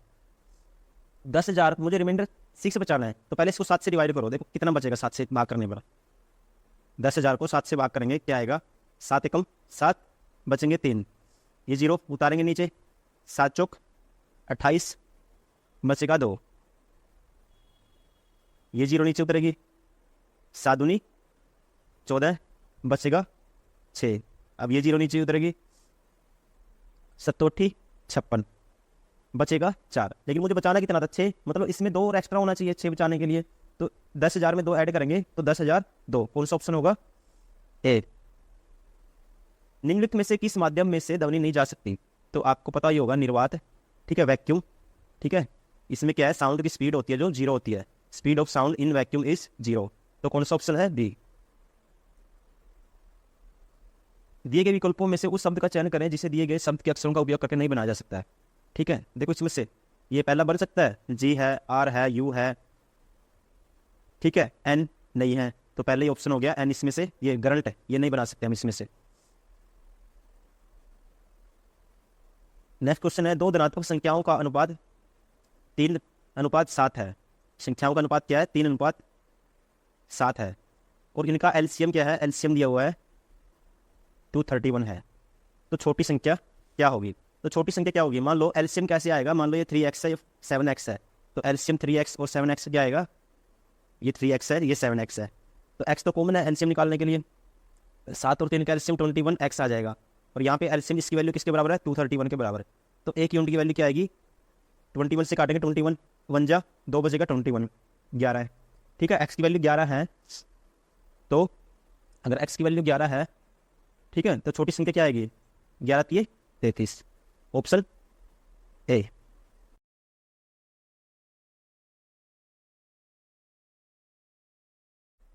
नेक्स्ट क्वेश्चन, 2400 के 12% में से, या 2400 के 12% में क्या जोड़ें कि योगफल 5400 के 18% के बराबर हो? ठीक है, तो सीधा आप क्या करो, इसमें क्या जोड़ना है? एक्स जोड़ना है, एक्स, इसमें प्लस एक्स जोड़ेंगे, यही से बताता हूँ। एक्स तो किसके बराबर होना चाहिए? इसके बराबर होना चाहिए। तो एक्स की वैल्यू क्या आएगी? इसमें सीधा डायरेक्ट माइनस कर देंगे, माइनस कर देंगे।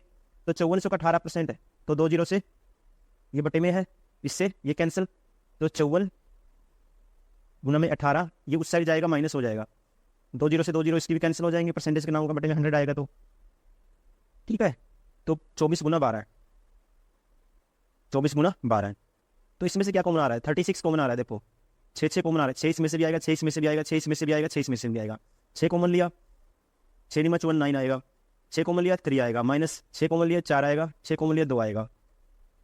36 गुना 9 27 माइनस 8 19, तो 19 की 36 से गुना करनी है। 19 का 114, एक हासिल जाएगा, 9 19 दिए 57 और 1 58, नहीं 19 का 114, 11 हासिल जाएगा, 19 57 और 11, 57 प्लस 11 का आएगा 68।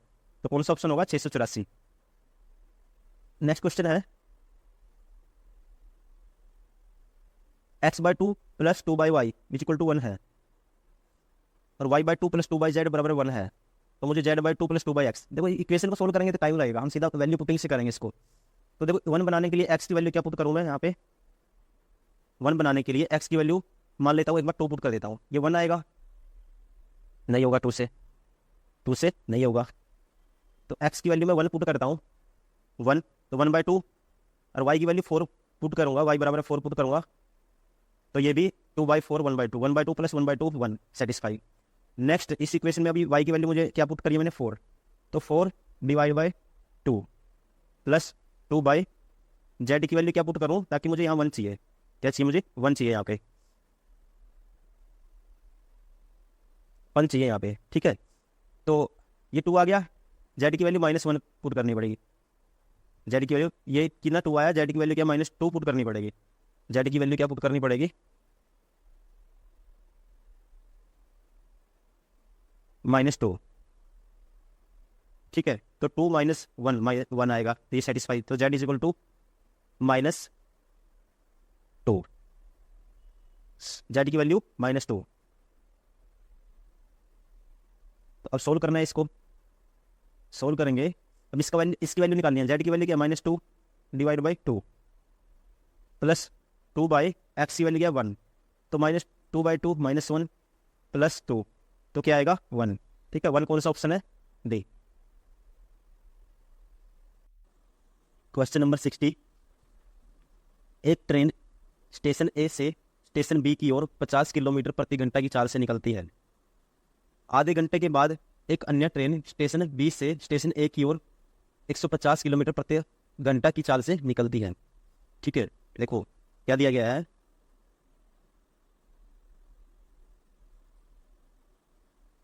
एक स्टेशन ए है, एक स्टेशन बी है। कहता है एक ट्रेन स्टेशन ए से, ठीक है, 50 किलोमीटर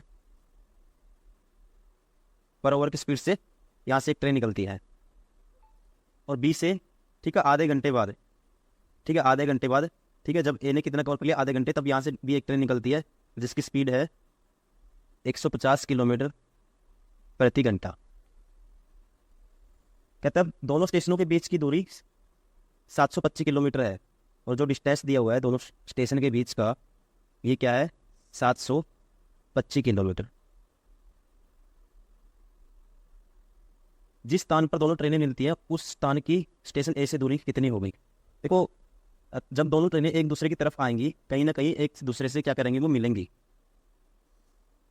अब वही बताना है मुझे, जहां पे ये मिलेंगी उस पॉइंट से लेके स्टेशन ए के बीच की दूरी कितनी है। अब इसमें कॉन्सेप्ट लगेगा रिलेटिव स्पीड का। देखो, ट्रेन ए निकल गई, आधे घंटे बाद बी चली, पहले मैं ये देखूंगा आधे घंटे में ट्रेन ए ने कितना डिस्टेंस कवर कर लिया, आधे घंटे में ट्रेन ए कहाँ पहुंची। देखो, यहाँ से यहाँ तक 725 किलोमीटर की दूरी है, ट्रेन ए 1 घंटे में 50 किलोमीटर करेगी कवर, तो आधे घंटे में कितना कवर करेगी वो, 25 किलोमीटर, 25 किलोमीटर। मान लेता हूँ ट्रेन यहाँ तक पहुँच गई आधे घंटे तक, 1/2 ओवर में ट्रेन ए कहाँ पहुँच गई, यहाँ पे। ठीक है, अब दोनों ट्रेन, अब ए भी चलेगी और बी भी चलेगी, डिस्टेंस कितना बच गया दोनों के बीच का, यहाँ तक टोटल 725 है, यहाँ तक का 25 किलोमीटर है, तो इन दोनों के बीच का कितना डिस्टेंस बच गया, 700 किलोमीटर। अब 700 किलोमीटर रिलेटिव स्पीड से कवर करेंगी है, ठीक है, रिलेटिव स्पीड से कवर करेंगे, कितना कवर करना है, 700 किलोमीटर। उसमें क्या करेंगे, अब डिस्टेंस बटे में दोनों की स्पीड, जब दो ट्रेनें अपोजिट साइड में चलती हैं एक दूसरे की तरफ, तो स्पीड क्या हो जाती है, डबल हो जाती है, ऐड हो जाती है, जो भी हो उनकी, तो स्पीड, ठीक है, डिस्टेंस कितना कवर करना था, 700, ठीक है, डिवाइड बाय दोनों की स्पीड 50 किलोमीटर प्रति घंटा प्लस 150 किलोमीटर प्रति घंटा।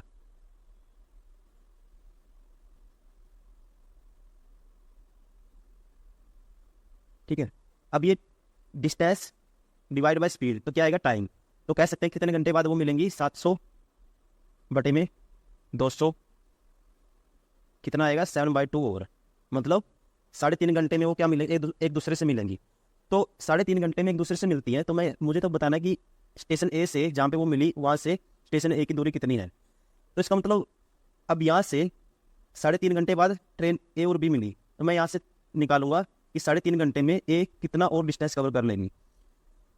ठीक है, 3.5 घंटे में, अगर 1 घंटे में कितना कवर करती है, 50 किलोमीटर, ठीक है, 1 आवर में कितना कवर करती है, 50 किलोमीटर, तो 3.5 घंटे में ट्रेन ए कितना कवर करेगी, 50 इंटू में 7/2, 7/2, ठीक है, स्पीड इंटू में टाइम क्या करेंगे, डिस्टेंस आ जाएगा यहाँ से, तो ये आएगा 25, 25×7=175, मतलब कि ट्रेन ए ने कितना कवर कर लिया है, 3.5 घंटे में 175 किलोमीटर। ठीक है, मान लो इनका जो मीटिंग पॉइंट है ये है, ठीक है, मान लेते हैं कहाँ पे मिली है, इस पॉइंट पे मिलती है यहाँ पे, तो यहाँ से यहाँ तक ए और बी दोनों यहाँ पहुँच गई, ए और बी दोनों ट्रेन अब कहाँ है, यहाँ पे पहुँच गई दोनों, और यहाँ तक से यहाँ तक ए ने कितना कवर कर लिया, 175 किलोमीटर। 3.5 घंटे में टाइम लगा, कितना लगा यहाँ से यहाँ तक पहुँचने को, ए में कितना लगा, 3.5 घंटे, और बी को भी कितना लगा, 3.5 घंटे। ठीक है, तो ए की जो दूरी बतानी है मुझे, ठीक है, स्टेशन ए की दूरी कहाँ से, उस पॉइंट से जहाँ पे दोनों ट्रेनें मिलती हैं, मतलब यहाँ से लेके यहाँ तक ये दूरी कितनी है, तो टोटल डिस्टेंस कितना है यहाँ से यहाँ तक, ठीक है, 25, ये यहाँ से यहाँ तक 25 था और ये 175, तो टोटल डिस्टेंस, ठीक है, कितना आया? 200 किलोमीटर। 200 किलोमीटर कौन सा ऑप्शन होगा? फोर्थ। नेक्स्ट क्वेश्चन है, कहते हैं दो बसें एक मुख्य सड़क पर 185 किलोमीटर की दूरी पर स्थित दो बिंदुओं से एक दूसरे की ओर चलना शुरू करती हैं। पहली बस 35 किलोमीटर चलने के बाद दाईं ओर मुड़ती है। ठीक है, दो बसें एक मुख्य सड़क पर 185 किलोमीटर दूरी पर स्थित दो बिंदुओं से एक दूसरे की ओर चलना शुरू करती है। मतलब कि मान लेते हैं, ठीक है, दो बिंदु है ए और बी। अब एक दूसरे की तरफ दो बसें चल रही हैं, एक यहाँ से चलेगी, एक यहाँ से चलेगी। हम जो दिया वही लिखेंगे। पहली बस 35 किलोमीटर चलने के बाद दाईं ओर मुड़ती है। ठीक है, पहली बस 35 किलोमीटर चलने के बाद दाईं ओर मुड़ती है। मान लेते हैं ये टोटल डिस्टेंस कितना है? 185 दिया है। कितना दिया हुआ है? 185 किलोमीटर।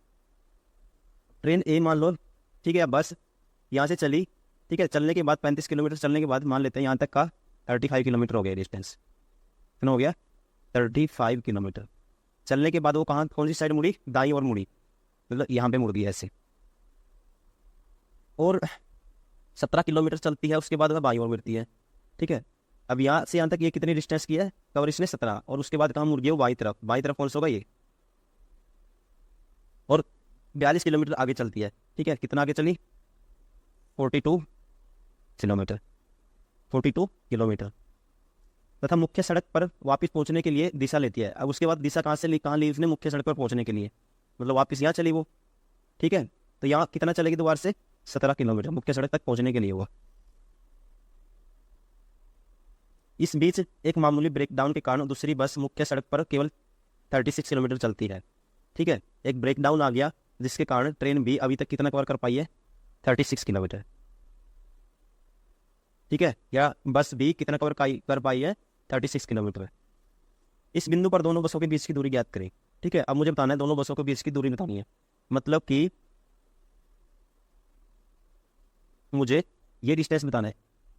ठीक है, एक बस यहाँ पे है, एक बस यहाँ पे है, ये दूरी कितनी है ये मुझे निकालना है। कैसे निकालेंगे? देखो टोटल 185 है, तो यहाँ से यहाँ तक कितना? 35।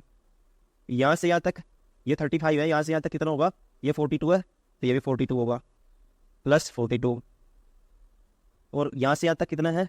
36। ये सभी ऐड कर देता हूँ मैं। अगर 185 में से माइनस कर दूँगा तो ये डिस्टेंस आ जाएगा। ठीक है, ये कौन सा डिस्टेंस आ जाएगा? ये वाला। तो ऐड करेंगे, 6 2 8 5 13, कैरी 1, 4 3 7 8 3 10 1 11, कितना आ गया? 113 किलोमीटर। तो ये कितना बचेगा? 185 माइनस करेंगे 113, 72 किलोमीटर। ठीक है, ये डिस्टेंस कितना आया? ये वाला जो निकालना था 72 किलोमीटर। ठीक है, 72 कौन से ऑप्शन में है? ए। कौन सा ऑप्शन होगा? ए। नेक्स्ट क्वेश्चन है, खेलो इंडिया यूथ गेम्स 2020 किस शहर में आयोजित किए गए थे? ठीक है, तो आप ध्यान रखेंगे किस शहर में आयोजित किए गए थे। ठीक है, 2020 गुवाहाटी में। लेकिन इससे इंपॉर्टेंट ये है, खेलो इंडिया 2024 गेम्स कहाँ आयोजित किए गए? तो ये आपको ध्यान में रखना है। जो 2024 के खेलो इंडिया यूथ गेम्स हुए थे, ठीक है, कब से कब तक चले थे ये? 19 जनवरी से 31 जनवरी 2024 को। ठीक है, जो कहाँ आयोजित हुए थे? तमिलनाडु में। तमिलनाडु में। ठीक है, कहाँ हुए थे? तमिलनाडु में। नेक्स्ट क्वेश्चन है, लोकसभा के सदस्यों की अधिकतम संख्या कितनी है? ठीक है, तो लोकसभा के सदस्यों की अधिकतम संख्या क्या हो सकती है? 552। ध्यान रखेंगे आप। ठीक है, और जिसमें से क्या होता है कि 530 जो मेंबर होते हैं वो कहाँ से आते हैं? स्टेट से आते हैं। 20 कहाँ से आते हैं? केंद्र शासित प्रदेश से आते हैं। केंद्र शासित प्रदेशों से आते हैं। ठीक है, और ये भी ध्यान रखेंगे जो प्रेजेंट में, ठीक है, प्रेजेंट में लोकसभा में सदस्यों की संख्या क्या है? 545। ठीक है, और मैक्सिमम कितनी हो सकती है? 552। निम्नलिखित प्रश्न में दिए गए विकल्पों से संबंधित शब्द चुनें।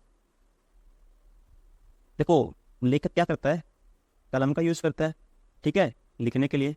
वैसे ही दर्जी, ठीक है, जब सीलता है तो किस चीज़ का यूज करता है? सुई का। ये रिलेट हो पा रहा है इसमें, ठीक है। ऑप्शन कौन सा होगा? ए। नेक्स्ट क्वेश्चन है, एक क्लब में महिलाओं की संख्या का पुरुषों की संख्या से अनुपात 3:2 है। फीमेल और मेल का जो रेशियो है क्या है?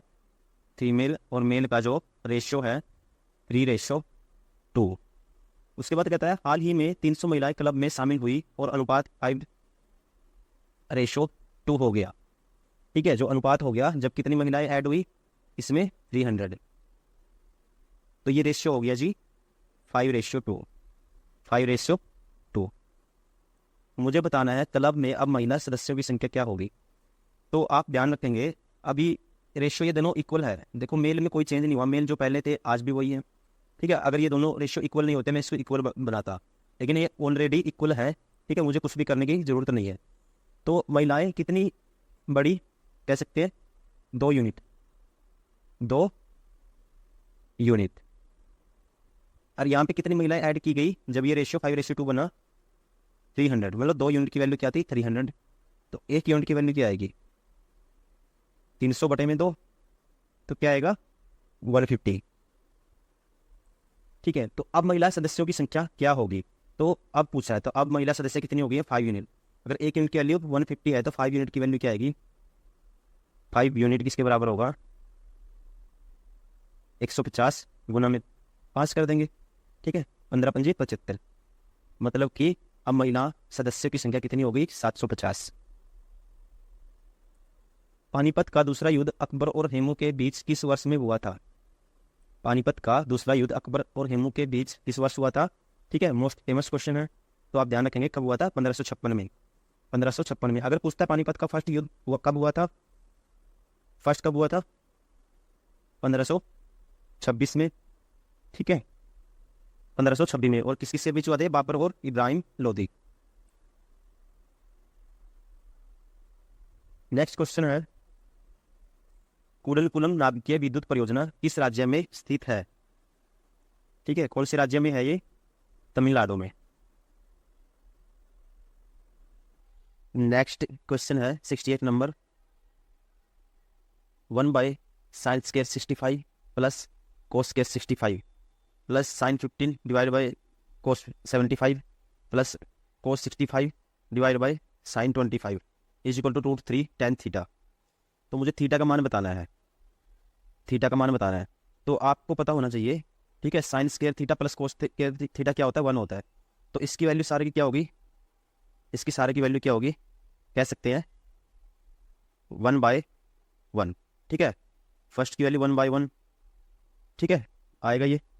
और एक फॉर्मूला और होता है sin A / cos B। अगर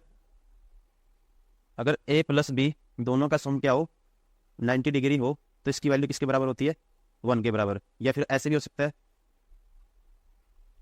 cos A / sin B। अगर यहाँ पे भी A + B क्या हो? 90 डिग्री हो तो इसकी भी वैल्यू क्या होगी? 1। तो इसकी वैल्यू sin15, इसको A मानते हैं, इसको B, इन दोनों का एडिशन क्या होता है? 90 डिग्री। तो इसकी वैल्यू भी यहाँ से क्या आएगी? 1। और इसकी वैल्यू सेम। ठीक है, cos A / sin B, अगर A + B 90 डिग्री है तो इसकी वैल्यू भी क्या आएगी? 1 आएगी। ये किसके बराबर है? √3 tan थीटा। तो यहाँ से 1 + 1 + 1 3 बराबर है √3 tan थीटा। तो √3 से कैंसिल आउट करेंगे तो यहाँ क्या बचेगा? √3। √3 बराबर है tan थीटा। ठीक है, तो थीटा की वैल्यू क्या आएगी? tan √3। अगर tan थीटा √3 है तो थीटा क्या होना चाहिए? आपको पता है tan 60 डिग्री किसके बराबर होता है? √3। तो थीटा की वैल्यू क्या आएगी? 60 डिग्री। Option A.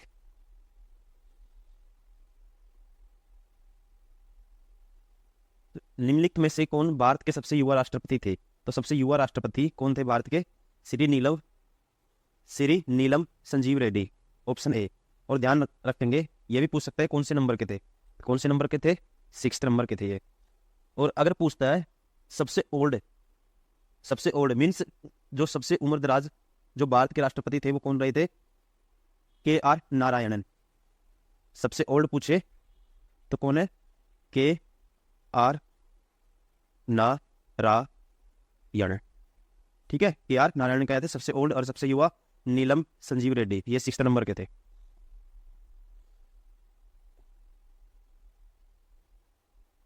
दो संख्याओं का योग 60 है और उनके महत्तम समापवर्त्य और लघुत्तम समापवर्त्य 12 और 72 है। ठीक है, दो संख्याओं का योग क्या है?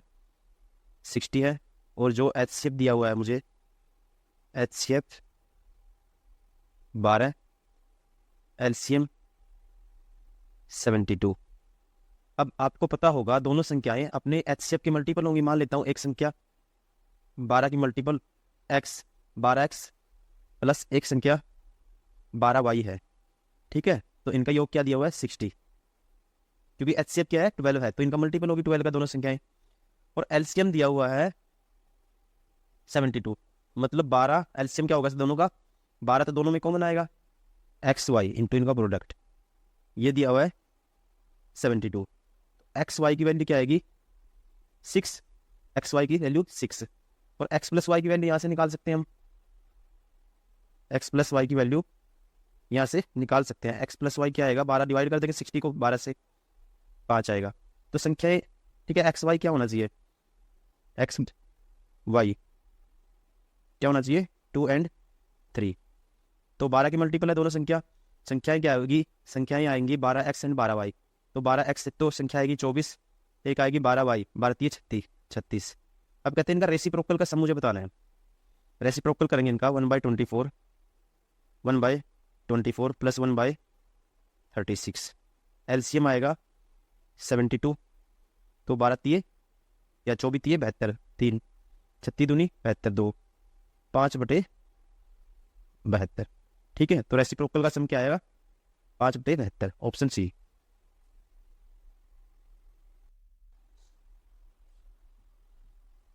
कहता है नेक्स्ट क्वेश्चन, इनमें से दक्षिण अमेरिका के कौन से दो देश सतल रुद्ध है? सतल रुद्ध मीन्स लैंड लॉक्ड, जो चारों तरफ क्या है? ठीक है, धरती से गिरे हुए हैं, चारों तरफ भूमि से गिरे हुए हैं, ऐसे देश मुझे बताने हैं। तो कौन से देश हैं वो?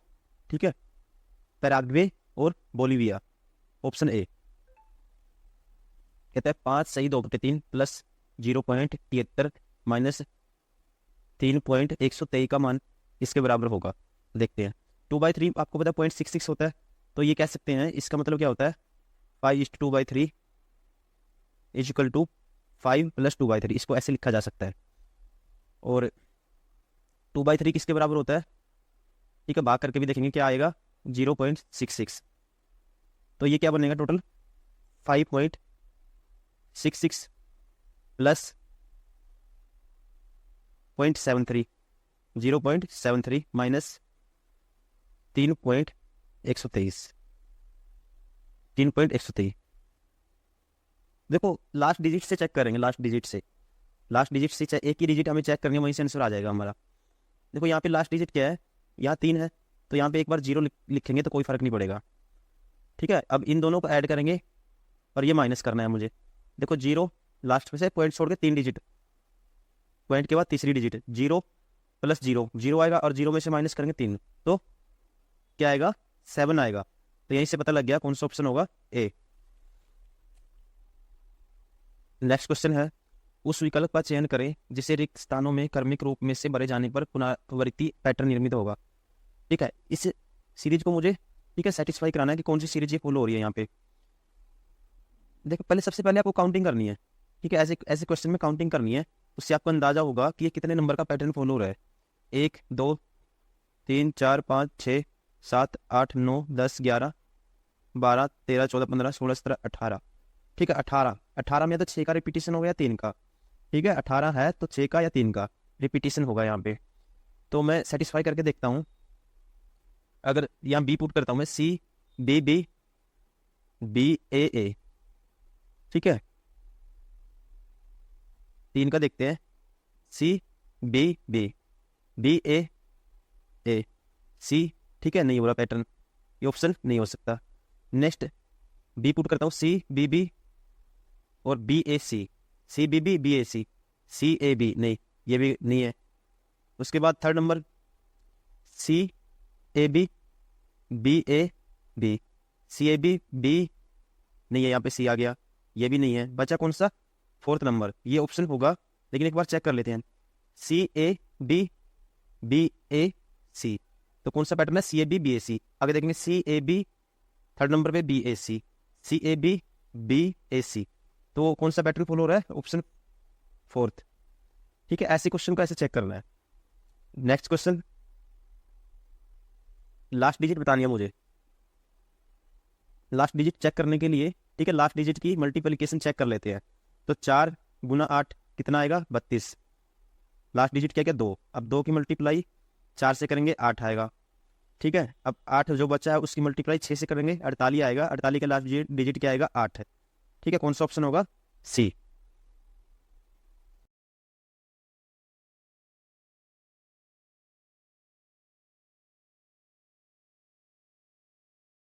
क्वेश्चन नंबर 75 है, भारत में केंद्रीय आलू अनुसंधान संस्थान CPRI कहाँ स्थित है। ठीक है, तो ध्यान रखेंगे आप, सबसे पहले ये कहाँ था, पटना में, बिहार के पटना में। इसकी स्थापना हुई थी 1949 में, पटना बिहार। लेकिन बाद में इसको शिफ्ट कर दिया गया, कहाँ पे, 1956 में इसको कहाँ शिफ्ट कर दिया गया, शिमला में, हिमाचल प्रदेश के शिमला में। ठीक है, तो ऑप्शन कौन सा होगा, 4। नेक्स्ट क्वेश्चन है, इंटरनेशनल कोर्ट ऑफ जस्टिस का हेडक्वार्टर कहाँ स्थित है। तो सबसे पहले पता होना चाहिए आपको, इंटरनेशनल कोर्ट ऑफ जस्टिस, ठीक है, इसमें नंबर ऑफ जस्टिस होते हैं या जजेस की संख्या कितनी होती है, 15। और जो इनका कार्यकाल होता है, कार्यकाल 9 ईयर्स का होता है। कितने साल का होता है, 9 साल का। और इसकी स्थापना कब हुई थी, इसकी स्थापना संयुक्त राष्ट्र द्वारा 1945 में की गई थी। ठीक है, और जो इसका हेड क्वार्टर है वो है, ठीक है, नीदरलैंड के, ठीक है, द हेग में। इसका हेड क्वार्टर कहाँ है, नीदरलैंड के द हेग में। तो ऑप्शन कौन सा होगा, सी। क्वेश्चन नंबर 77, एक परीक्षा में उत्तीर्ण करने के लिए पूर्णांक का 50% लाना आवश्यक है। परीक्षा में 2 प्रश्न पत्र शामिल हैं। एक छात्र ने 200 पूर्णांक वाले पहले प्रश्न पत्र में 40 या 40% अंक प्राप्त किए। ठीक है, तो परीक्षा में उत्तीर्ण होने के लिए उसे 150 पूर्णांक वाले दूसरे प्रश्न पत्र में उसे न्यूनतम कितने प्रतिशत अंक प्राप्त करने होंगे। देखो ये टाइप में अपने, ठीक है, जब मैंने यूट्यूब पे परसेंटेज चैप्टर कंप्लीट कराया है उसमें मैंने ये वीडियो, ये कॉन्सेप्ट कवर किया है वहाँ पे। ठीक है, अगर आपको यहाँ समझने की कोशिश करनी है, अगर आ गया ठीक है, नहीं आप वहाँ पे जाके वीडियो देख सकते हैं। देखो कहता है 2 पेपर है, एक पेपर 1, एक 2। पहले में कितने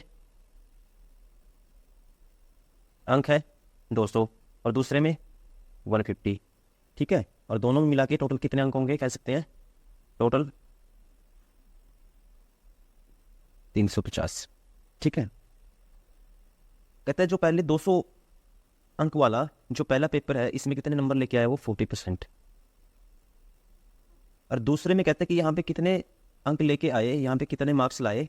ठीक है, ताकि उसे ओवरऑल टोटल दोनों में मिला के कितना मिलना चाहिए, 50%। ठीक है, लैंग्वेज आपको समझ आई गई होगी, देखते हैं कैसे करेंगे। देखो इसमें मिनिमम वाला कॉन्सेप्ट यूज करते हैं। सबसे पहले तो इसने आंसर पूछा परसेंटेज में, इसलिए हम जब भी रेशियो, ठीक है, या परसेंटेज में आंसर पूछता है हम रियल वैल्यू कैंसिल कर सकते हैं ताकि कैलकुलेशन ईजी हो जाए। ठीक है, ये 20 था यहाँ पे, 5 से काटेंगे, 5 चौका 20, 5 3 15, 5 35। ठीक है, अब ये देखेंगे यहाँ पे एवरेज से, एवरेज मीन्स टोटल से कितना कम लेके आया, यहाँ पे टोटल से कम कितना लेके आया, 10%, ओवरऑल से 10% कम लेके आया। अगर 10% एक पे 10% कम लाता है, टोटल बंदे कितने हैं यहाँ पे कह सकते हैं, या टोटल नंबर कितने हैं, या टोटल अंक कितने हैं यहाँ, 4। तो 4 अंक या 4 यूनिट अंक पे कितना कम लाएगा, वो 40% कम लाएगा। इसका मतलब बनाना मुझे न्यूट्रल करना है, 50% ही करना है। लेकिन ठीक है, अगर यहाँ पे उसके 40% कम नंबर आए टोटल में, तो यहाँ सेकंड सेक्शन में उसको क्या करना पड़ेगा, ओवरऑल से एक्स्ट्रा लेके आना पड़ेगा। ओवरऑल से कितना एक्स्ट्रा लाना पड़ेगा, 40%। तो यहाँ पे क्या करना पड़ेगा, उसको 40% एक्स्ट्रा लाना पड़ेगा। 40% एक्स्ट्रा लाएगा, ठीक है। टोटल यहाँ पे टोटल नंबर कितने हैं 3, तो प्रत्येक को कितना मिलेगा 13 सही 1 पे 3%, 13 सही 1 पे 3%। और जो ये एक्स्ट्रा आता है ये किस में ऐड कर देते हैं, ठीक है, किस में ऐड करेंगे 50 में। ओवरऑल से कितना एक्स्ट्रा लाना पड़ेगा 13 सही 1 पे 3%, मतलब कितना लाना पड़ेगा 50% प्लस 13 सही 1 पे 3%, 63 सही 3%। नियर बाई किसके है ये 64% के, ठीक है। तो कौन सा ऑप्शन होगा 64%। नेक्स्ट क्वेश्चन है रूट 54 इंटू में √125 डिवाइड बाई √24 इंटू में √45, ठीक है। इनको कैंसिल आउट करने हैं। देखो कैसे कैंसिल आउट करेंगे, इनका आपस में है ना मल्टीपल देखेंगे तो वो आपस में फिर ऊपर नीचे कैंसिल हो जाएंगे। 54 को लिख सकते हैं हम 9 × 4, ठीक है, रूट में। वैसे ही 125 को क्या लिख सकते हैं 25 इंटू में 5। 24 को क्या लिख सकते हैं 4 × 6 या 6 × 4, और 45 को 9 × 5। अब 9 का रूट करेंगे तो 3 बार आएगा, ठीक है। सॉरी 54 था ये यहाँ पे क्या आएगा 6 आएगा, 9 × 6 = 54। 3 बार आएगा ये √6, 5 बार आएगा ये √5, 2 बार आएगा √6, और 3 बार आएगा रूट होने के बाद 9 का तो √5। ये कैंसिल आपस में, ठीक है। इससे ये कैंसिल, 3 से 3 कैंसिल, ऊपर 5 बचा नीचे 2, 5/2 इक्वल 5/2 इक्वल टू 2.5। ऑप्शन कौन सा सही होगा 4th नंबर। नेक्स्ट क्वेश्चन है स्वराज मेरा जन्मसिद्ध अधिकार है और मैं इसे लेकर रहूंगा, यह किसने कहा था, ठीक है। ये किसने कहा था बाल गंगाधर तिलक ने, आपको पता ही होगा। नेक्स्ट क्वेश्चन है एक्स और वाई एक साथ एक काम को 12 दिन में कर सकते हैं और वाई और जेड उसी काम को 18 दिन में कर सकते हैं। हम एक्स एंड जेड उसी काम को 15 दिन में कर सकते हैं। यदि एक्स वाई जेड मिलकर उस काम को करें तो वो कितने दिन में कर पाएंगे। कहते हैं एक्स वाई किसी काम को, ठीक है, एक्स प्लस वाई किसी काम को कितने दिन में करेंगे 12 दिन में। वाई एंड जेड उसी काम को करेंगे 18 दिन में, और जेड और एक्स उसी काम को करते हैं कितने दिन में 15 दिन में। तो मुझे बताना है, ठीक है, ये तीनों मिलकर कितने दिन में करेंगे। तो सबसे पहले काम मान लेते हैं 18, 15, 12 का एलसीएम मान लेते हैं 180 आएगा, ठीक है। तो इनकी अलग अलग एफिशिएंसी का सम निकालते हैं। 15 आएगा। वाई प्लस जेड एक दिन में कितना काम करेंगे कह सकते हैं 10 करेंगे। वैसे जेड प्लस एक्स एक दिन में कितना काम करेंगे 12। तो यहाँ से हम कह सकते हैं एक्स प्लस वाई की जो एफिशिएंसी आई दोनों की, ठीक है, कितनी आई 15। वाई प्लस जेड की कितनी आई 10। जेड प्लस एक्स की एफिशिएंसी दोनों की कितनी आई 12, ठीक है। अगर सभी को ऐड कर देते हैं तो क्या आएगा twice of X plus Y plus Z, और यहाँ पे आएगा 25 12 37, ठीक है। ये 2 डिवाइड में आएगा। तो X plus Y plus Z एक दिन में कितना काम कर सकते हैं, उनकी एफिशिएंसी क्या आई 37/2। ये पूछे कि टोटल काम कितने दिन में करेंगे, तो टोटल काम करवाना मुझे 180/37, 2 ऊपर चला जाएगा, ठीक है। 360 को डिवाइड करना है किससे 37 से, तो कर दोगे आप 360 को 37 से भाग करना है, कितने पे जाएगा, ठीक है, कितने पे जाएगा 9 पे जाएगा, 9 पॉइंट समथिंग आएगा, ठीक है। तो ऑप्शन कौन सा ठीक होगा बी। नेक्स्ट क्वेश्चन है, ठीक है, सीरीज है अल्फाबेट सीरीज। तो ये देखना पैटर्न कौन सा फॉलो हो रहा है, डी से डी बना, डी से एफ बना। ये तो साफ दिख रहा है कि इसका एडिशन हुआ है 2 का, +2 +2 +2, आगे +2 जोड़ेंगे तो क्या आएगा यहाँ पे जे आना चाहिए। जैसे ही पता लगा जे आना चाहिए ये ऑप्शन बाहर। जेड में से एक माइनस वाई, वाई में से एक माइनस एक्स, एक्स में से एक माइनस करा 23 नंबर पे क्या होता है डब्ल्यू, डब्ल्यू में से एक माइनस करा तो क्या आएगा 22 पे क्या होता है वी, तो दूसरे नंबर पे भी आना चाहिए, ये भी कैंसिल, ठीक है। ये और ये बच गए। अब थर्ड नंबर देखते हैं +2 +2 +2 +2 करेंगे तो कौन सा आएगा आई, ठीक है। तो option A is correct. Next question है निम्नलिखित में से किस राज्य की सबसे लंबी भूमि की, ठीक है, लंबी मुख्य भूमि तटीय रेखा है। ठीक है, समुद्र के साथ कौन सा राज्य है जो सबसे बड़ी सीमा बनाता है? तो आपको पता ही होगा, नॉर्मली क्वेश्चन है, गुजरात। नेक्स्ट क्वेश्चन, एक धनराशि का 10% वार्षिक दर से 2 वर्षों का साधारण ब्याज 500 रुपये है। समान समय के लिए समान दर पर चक्रवर्ती ब्याज क्या होगा?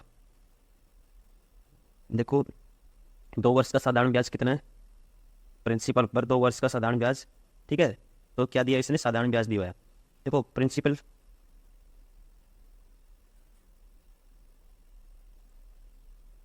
साधारण ब्याज क्या होता है?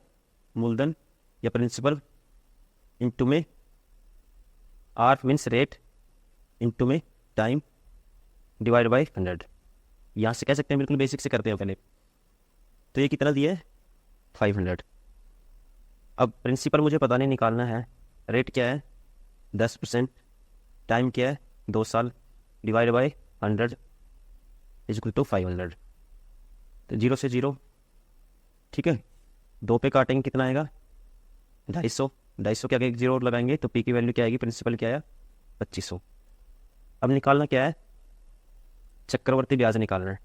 तो चक्रवर्ती ब्याज निकाल देंगे, ठीक है, किस रेट से? 10% से, ठीक है, 10% से 2 साल का। तो 1 साल का जो आएगा 250, 1 साल का SI और CI दोनों सेम होता है। दूसरे साल क्या है? 250 ब्याज आएगा और 200 इस पर भी क्या लगेगा? ब्याज लगेगा, ठीक है। इसका 10% निकालेंगे 25। तो कितना आया? CI क्या आया? CI कौन सा है? ये 2 साल का CI 250 प्लस 250 500 प्लस 25 525, ठीक है। तो ऑप्शन कौन सा होगा? बी। रेशियो से भी कर सकते हो इसको, जैसे प्रिंसिपल आ गया था, ठीक है, प्रिंसिपल आ गया था, रेट कह सकते हैं 10 से 11 हो गया, रेट क्या थी? 10%, ठीक है। प्रिंसिपल 10 से 11 हुआ पहले साल, अगले साल फिर 10 से 11, ठीक है, फिर 100 से 121। ये क्या है? प्रिंसिपल। ये क्या है? अमाउंट। इसमें से इसकी वैल्यू निकाल के इसमें से माइनस कर देंगे, वो क्या होगा? CI। 100 यूनिट की वैल्यू क्या थी? क्या आया था हमारा प्रिंसिपल? 2500। 1 यूनिट की वैल्यू 25, तो ठीक है, इसके गुणा में 25 कर देंगे तो क्या आएगा? 25 कम 25 2, 25 दूनी 50 और 2 52, 5, 25 कम 25 और 5 30, ठीक है। अगर प्रिंसिपल क्या है? 2500 है, अमाउंट 3025 है, तो CI क्या रहा होगा? फिर माइनस कर देंगे, क्या आएगा? यहाँ से भी 525, ठीक है, कैसे भी कर लो। नेक्स्ट क्वेश्चन आपको आता ही होगा, सबरीमाला मंदिर कहाँ पर स्थित है? ठीक है, सबरीमाला मंदिर कहाँ पर स्थित है? ठीक है, ये केरल के मोस्ट फेमस टेम्पल में से एक है, ठीक है। और ये किस भगवान को समर्पित है? ये भी पूछ सकता है। अयप्पा, अयप्पा भगवान को ये समर्पित है। और जो केरल का जिला है पथानामिट्ठा, उसमें है ये। कौन से जिले में है केरल के? पथानामिट्ठा जिले में, ध्यान रखेंगे, ठीक है। तो कहाँ पे है ये? केरल में।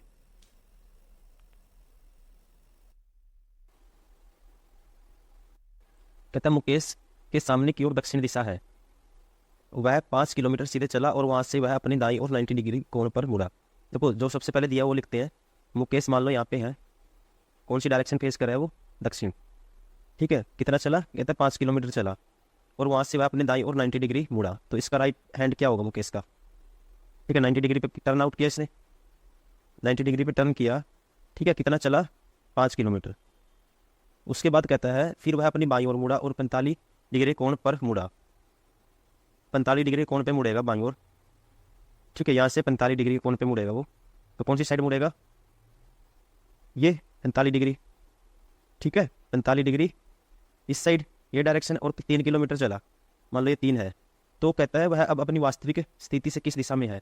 तो ये डायरेक्शन कौन सी होगी? यहाँ से ये डायरेक्शन कौन सी होगी? यहाँ से तो एक तो साउथ है और इस साइड, ठीक है, साउथ को फेस कर रहा था, तो ये नॉर्थ होगी, इस साइड ईस्ट होगी और इस साइड वेस्ट होगी, ठीक है। मतलब इस साइड हो रहा है, साउथ वेस्ट कह सकते हैं। तो कौन सी दिशा? साउथ वेस्ट को हिंदी में क्या कहते हैं? दक्षिण पश्चिम। तो दक्षिण पश्चिम दिशा, ऑप्शन बी। 21 से 11 आया और 31 से क्या आएगा? इसी पैटर्न पे देखो, 11 है, 11 किसके बराबर है? कैसे आया 11 देखते हैं। अगर मैं, ठीक है, 11 बनाना मुझे 21 से, तो मुझे पता है 11 का मल्टीपल 22 होता है, तो 22 का हाफ 11। तो इसको देखो रिलेट कैसे करना है। अगर मैं एक बार ये पैटर्न 21 में एक ऐड कर देता हूँ डिवाइड बाई 2, ठीक है। कौन सा पैटर्न फॉलो हो रहा है? 11। वैसे इसमें भी ऐड करके देखते हैं। 31 में 1 ऐड करेंगे, डिवाइड बाई 2 करेंगे, क्या आएगा 16। ठीक है, सेटिस्फाई हो रहा है, तो कौन सा ऑप्शन होगा, बी। ये आपके ऊपर डिपेंड करता है, आपका माइंड, ठीक है, कैसे कितना जल्दी क्लिक कर पाता है इस पैटर्न को।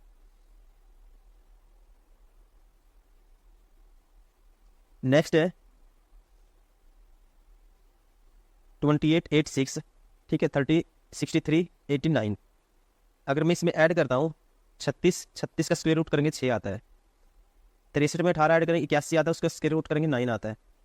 ठीक है, अब इसमें क्या ऐड करें जिसका स्क्वायर रूट क्या आएगा 63, सॉरी 13, 13 का स्क्वायर क्या होता है 169, 169।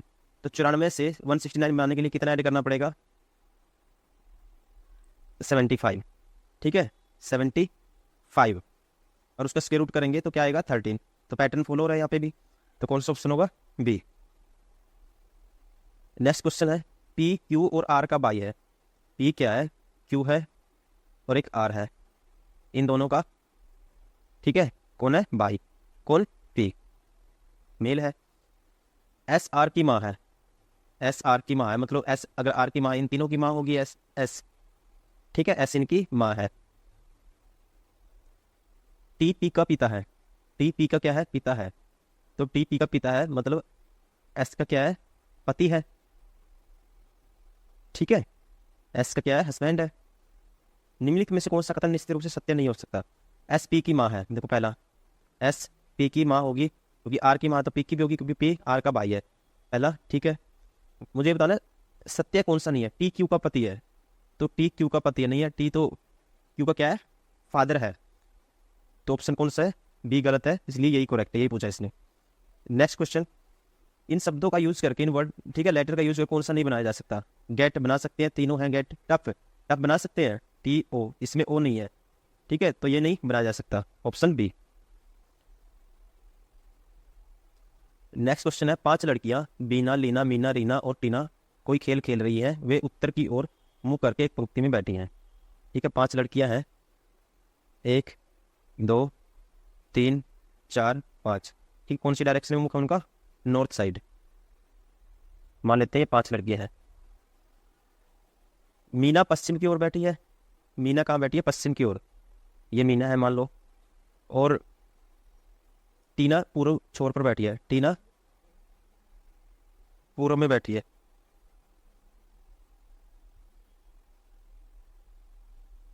टीना कहाँ बैठी है, पूर्व में बैठी है। लीना और रीना एक दूसरे के बगल में एक साथ बैठी हुई है, लीना और रीना क्या बैठी है, एक दूसरे के बगल में एक साथ बैठी है, लीना और रीना, ठीक है, एक दूसरे के बगल में, या तो ये दोनों लीना और रीना या ये दोनों लीना और रीना, आगे देखता हूँ मैं, अभी मुझे नहीं पता तो इसलिए आगे बढ़ते हैं। बीना लीना के बाईं ओर, बीना लीना के बाईं ओर बैठी है और मीना के दाईं ओर बैठी है, ठीक है, बीना क्या है, मीना के दाईं ओर बैठी है, मान लेते हैं ये बीना है, मीना क्योंकि मुझे पता है बीना, ठीक है, ये क्या है, बीना है जो मीना के दाईं ओर बैठी है। और अब ये सेटिस्फाई हो जाएगा, लीना और रीना एक दूसरे के बगल में बैठी है, जो एक साथ बैठी हुई है, और बीना लीना के बाईं ओर, बीना लीना के बाईं ओर, तो लीना ये होगी, ये कौन सा बच गया, रीना, तो इसका मतलब रीना यहां बैठी है, ठीक है। तब पूछा गया पूर्व छोर से दूसरे स्थान पर कौन बैठी है, पूर्व छोर से दूसरे स्थान पर, ठीक है, वेस्ट सॉरी ईस्ट साइड से दूसरे स्थान पर कौन बैठी है, रीना, ऑप्शन बी।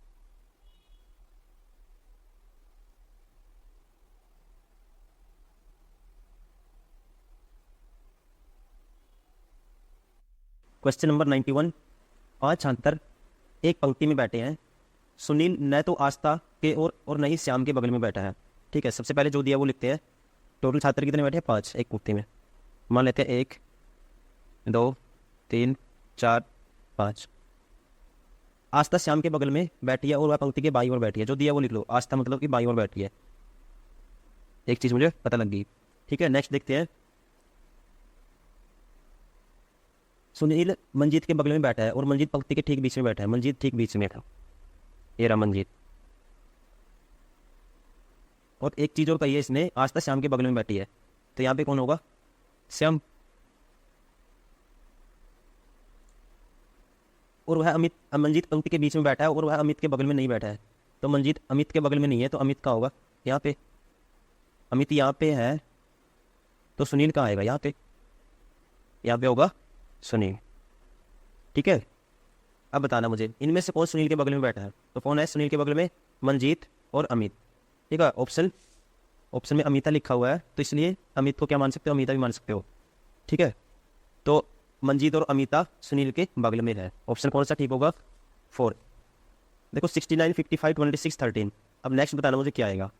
तो ये आपके ऊपर डिपेंड करता है कि आपका माइंड, ठीक है, इस टाइप के रीजनिंग क्वेश्चन में कितना जल्दी से चीज़ों को समझ पाता है, ये आपके ऊपर डिपेंड करेगा। ठीक है, इसमें आप कितनी प्रैक्टिस कर लो, ठीक है, एट ए टाइम पे अगर माइंड ने वो चीज़ें क्लिक कर ली, ठीक है, तो आप इजीली क्वेश्चन सोल्व कर लोगे। वरना आपने इस टाइप के क्वेश्चन में कितनी प्रैक्टिस कर रखी हो, जरूरी नहीं है कि आप क्वेश्चन सोल्व कर पाओगे। लेकिन फिर भी अगर हम ज़्यादा से ज़्यादा क्वेश्चन प्रैक्टिस करते हैं तो हमारा माइंड, ठीक है, चीज़ों को अच्छे से और बेटर वे में सोचने लग जाता है। तो इसमें कौन सा पैटर्न फॉलो होगा, तो ध्यान रखेंगे। देखो 6 इंटू 9 करेंगे, क्या आएगा? 54। 54 में एक ऐड किया गया 55। ठीक है, 6 इंटू 9 प्लस 1 क्या आया? नेक्स्ट नंबर आया 55। ऐसे ही करेंगे 5 इंटू 5 प्लस 1 करेंगे तो क्या आएगा? 26। ऐसे ही 2 इंटू 6 करेंगे और प्लस 1 करेंगे, ठीक है, 2 इंटू 6 12 प्लस 1 13 आएगा। ऐसे ही 13 में क्या करेंगे? 1 इंटू 3 करेंगे, 1 इंटू 3 करेंगे प्लस 1 करेंगे तो क्या आएगा? 4। तो कौन सा ऑप्शन होगा? 4 किस में है? ऑप्शन नंबर 3 में। मुझे ट्रायंगल की संख्या बतानी है, नंबर ऑफ त्रिभुज काउंट करनी है, तो एक ही कैलकुलेट कर लेता हूँ मैं। ठीक है, एक नंबर ऑफ ट्रायंगल कैलकुलेट कर लेता हूँ, क्योंकि 3 ट्रायंगल इसमें से सेम एक ही तरह की है। 3 लाइन खींची गई है। ठीक है, 1 2 3 4। देखो इसकी शॉर्टकट ट्रिक है, जब भी ऐसी ट्रायंगल हो, ठीक है, इसमें क्या कर देते हैं? नंबरिंग करेंगे और नंबरिंग को ऐड कर देंगे हम। तो कितना आएगा? 10। तो मतलब इसमें से ये ट्रायंगल है, इसमें कितनी त्रिभुज है? 10। इसमें भी सेम है, 10 होंगी, और इसमें भी कितनी होगी? 10। एक ये रही, और एक कौन सी है? ये बड़े वाली, सबसे बड़े वाली, ये वाली।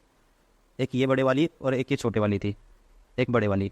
तो टोटल 10 दिया, 30 प्लस ये वाली 1 प्लस सबसे बड़े वाली ये 1, तो कितने ट्रायंगल होंगे इसमें? 32। Question number 94। एक पंक्ति में दीप्ति और मोहन का स्थान क्रमशः बाई ओर से 14वां और दाई ओर से 9वां है। ठीक है, कहते हैं एक लाइन है, मान लेते हैं ये लाइन है कोई, ठीक है, इसमें से दीप्ति का कहते हैं बाई ओर से कौन सा स्थान है?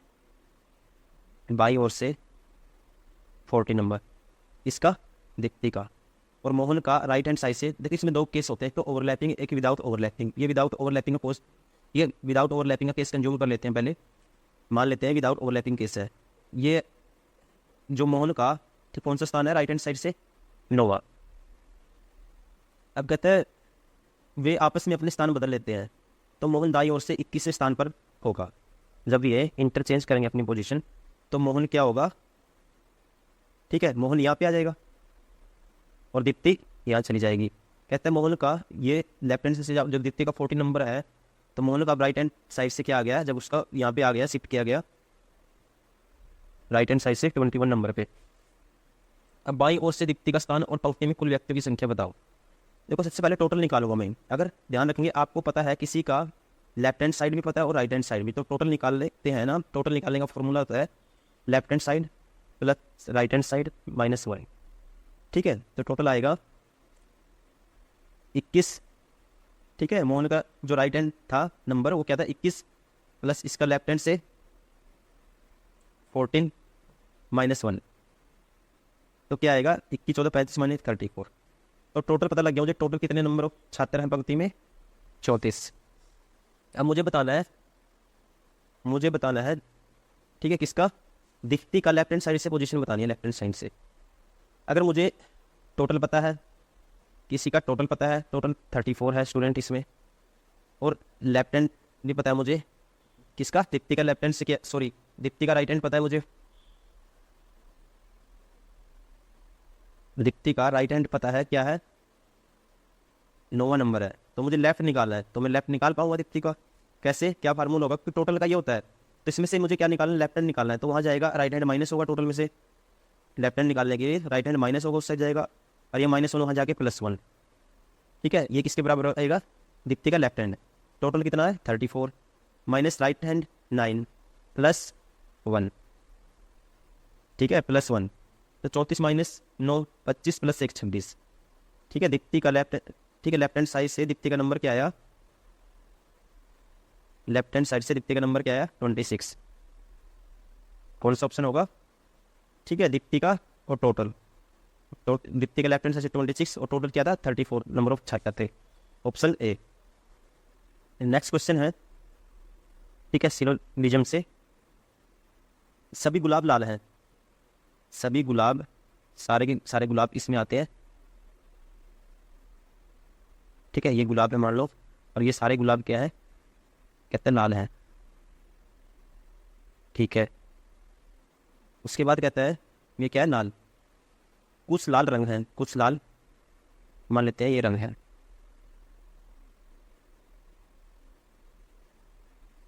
नेक्स्ट, सभी रंग पेंट है, और सारे के सारे रंग क्या है, पेंट है। अब मुझे निष्कर्ष बताना है, कुछ लाल पेंट है, कुछ लाल पेंट हो सकते हैं, कुछ लाल पेंट हो सकते हैं। आप कहेंगे सर हाँ बिल्कुल, क्योंकि जो रंग है, कुछ रंग लाल है, और ये रंग इसके अंदर आते हैं, सारे के सारे पेंट के अंदर आते हैं, तो पेंट तो लाल होगा ही होगा कुछ ना कुछ। तो पहला ए सेटिस्फाई। अब देखते हैं, सभी लाल गुलाब है, सभी लाल गुलाब है, कोई जरूरत नहीं है, मुझे ये पता है सभी गुलाब लाल है, लेकिन सभी लाल गुलाब होंगे ये कोई कंपलसरी नहीं है, तो ओनली कौन सा निष्कर्ष फॉलो करता है, 1। ठीक है, ऑप्शन 3 केवल निष्कर्ष 1 पालन करता है।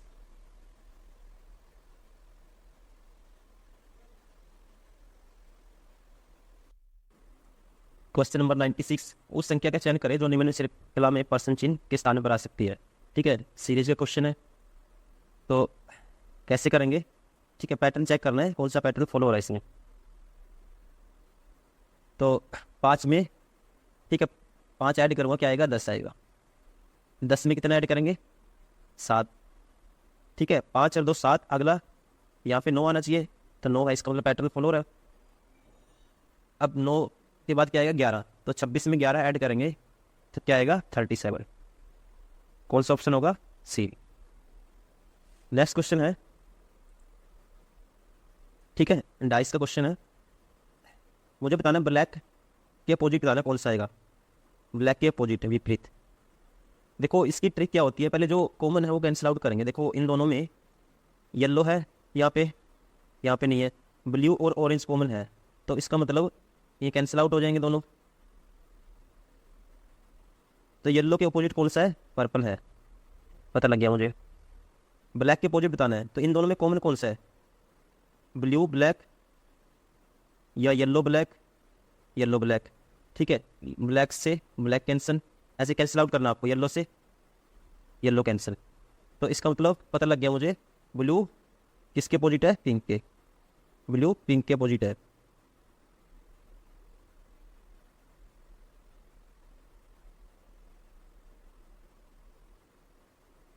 ब्लू पिंक के अपोजिट है। ठीक है, तो बचा कौन सा, देखो येलो पर्पल आपस में अपोजिट है, ब्लू पिंक अपोजिट है, तो ब्लैक के लिए अपोजिट कौन सा बच गया, ऑरेंज। कौन सा, ऑरेंज। इसका मतलब ब्लैक किसके अपोजिट है, ऑरेंज के, ऑप्शन बी। नेक्स्ट क्वेश्चन है 97, ठीक है, 86 101 89 107। ठीक है, ये नेक्स्ट 2 नंबर मुझे बताने हैं। तो यहाँ पे अगर चेक करते हैं, यहाँ पे कितना ऐड हुआ है, 4। ठीक है, ये अल्टरनेटिव सीरीज है, अल्टरनेट सीरीज है। ठीक है, यहाँ पे कितना ऐड हुआ है, 6 ऐड हुआ है। यहाँ पे कितना ऐड हुआ है, 3। यहाँ पे 4 ऐड हुआ था, यहाँ पे 6 ऐड हुआ है, तो यहाँ पे कितना ऐड होगा, अब नेक्स्ट में कितना ऐड होगा, 4 2 6 2 8, तो इसमें 8 ऐड करेंगे, तो यहाँ पे आएगा जी 115। अब यहाँ देखते हैं, यहाँ 3, ठीक है, 3 ऐड हुआ है, और यहाँ पे 3 2 2 का गैप चल रहा है, तो यहाँ पे कितना ऐड होगा, 5, तो क्या आएगा 94। तो आप देखेंगे 94 और 115 है किसी ऑप्शन में, ऑप्शन 4 में है, तो कौन सा सही होगा, ऑप्शन 4। असंगत बताना, इनमें से कौन सा बताना है, असंगत। मतलब ओड बताना है। देखो एम यहाँ पे देखते हैं एक बार, +1 +2 और -1 +2 -1 +2। यहाँ पे देखते हैं +2 -1 +2। ठीक है, ये भी यहाँ पे भी ये पैटर्न है, यहाँ पे भी ये पैटर्न है। इसका मतलब ये देखते हैं यहाँ पे भी यही है या अलग है। +2 -1 +2, मतलब 3 में सेम पैटर्न है। कौन कौन से? इन तीनों में 1 2 और 3 में सेम पैटर्न है, इसमें अलग है। तो ये कौन सा होगा correct? Option A. Next question है, इसमें से भी डिफरेंट बताना मुझे कौन सा है। ठीक है, पेपर नोट हैंड कैप। देखो कैप, हेड पे क्या कैप पहनते हैं, हैंड में ग्लव पहनते हैं। ठीक है, हैंड में ग्लव पहनते हैं और गिफ्ट में क्या करते हैं, गिफ्ट की रैपिंग करते हैं, ये भी ठीक है। और पेपर नोट, इसमें रिलेशन क्लियर नज़र नहीं आ रहा। ठीक है, तो इसका मतलब क्या है? ऑप्शन ए ही इनसे अलग है।